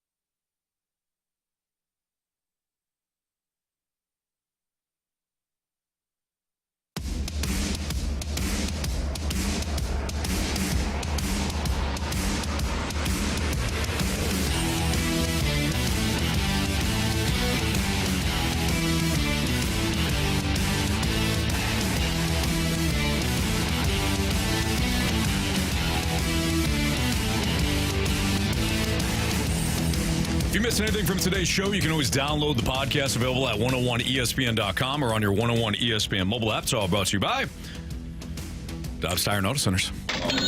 We also talked to Drew Bannister today, so that full interview will be up on 101ESPN.com about 10 to 15 minutes. Time to bet the board, gentlemen. Yeah. Marsh, how we all looking? So you and I are tied at 2, and Jamie and Carey are tied at 3. Oh, you guys, we all won then last night. Nope. Yeah. Who didn't win? I lost. Oh, Marsh, I'm sorry, buddy. Yeah. Jane Schwartz. Sorry about that, Andrew. Jane Schwartz did not get 2 shots on net. I thought he had at least one. I think it might have grazed off the shoulder of Jordan Bennington. Went over the net. Shouldn't have been standing there. Well, I'm glad he was standing there. I don't know if... the the Blues win if Jordan Binnington is not standing in between the pipes. Marsh, I'm just saying, you could have won.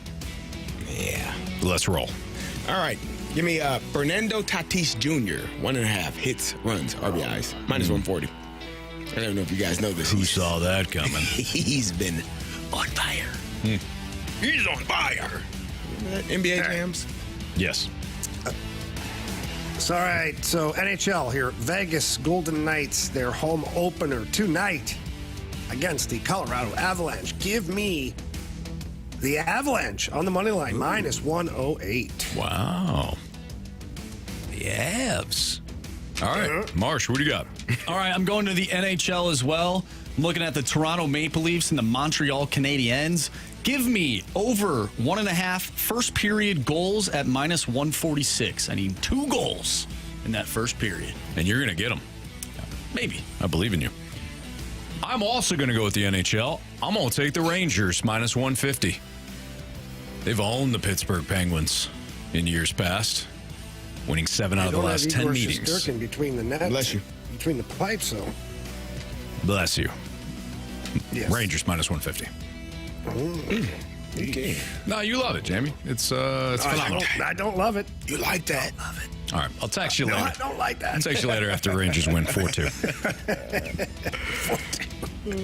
4-2, yeah. Penguins win 3-1. No, why would he say that? What happened? You guys all laugh now. Laughing later. That's right. Might as well get me now. Then get me later. Laugh now, cry later. Yeah. Okay, Dion.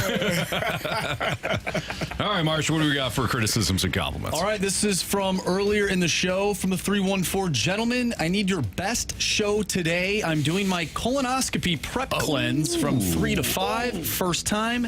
Help me laugh through it. How would you guys rate today's show? Do you think it was our best show for this gentleman? No. Well, no. Really? I disagree.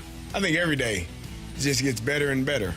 You know? Can't always be. No. Hey, we tried. And we strive for protection, for perfection. Speak for yourself, Carey.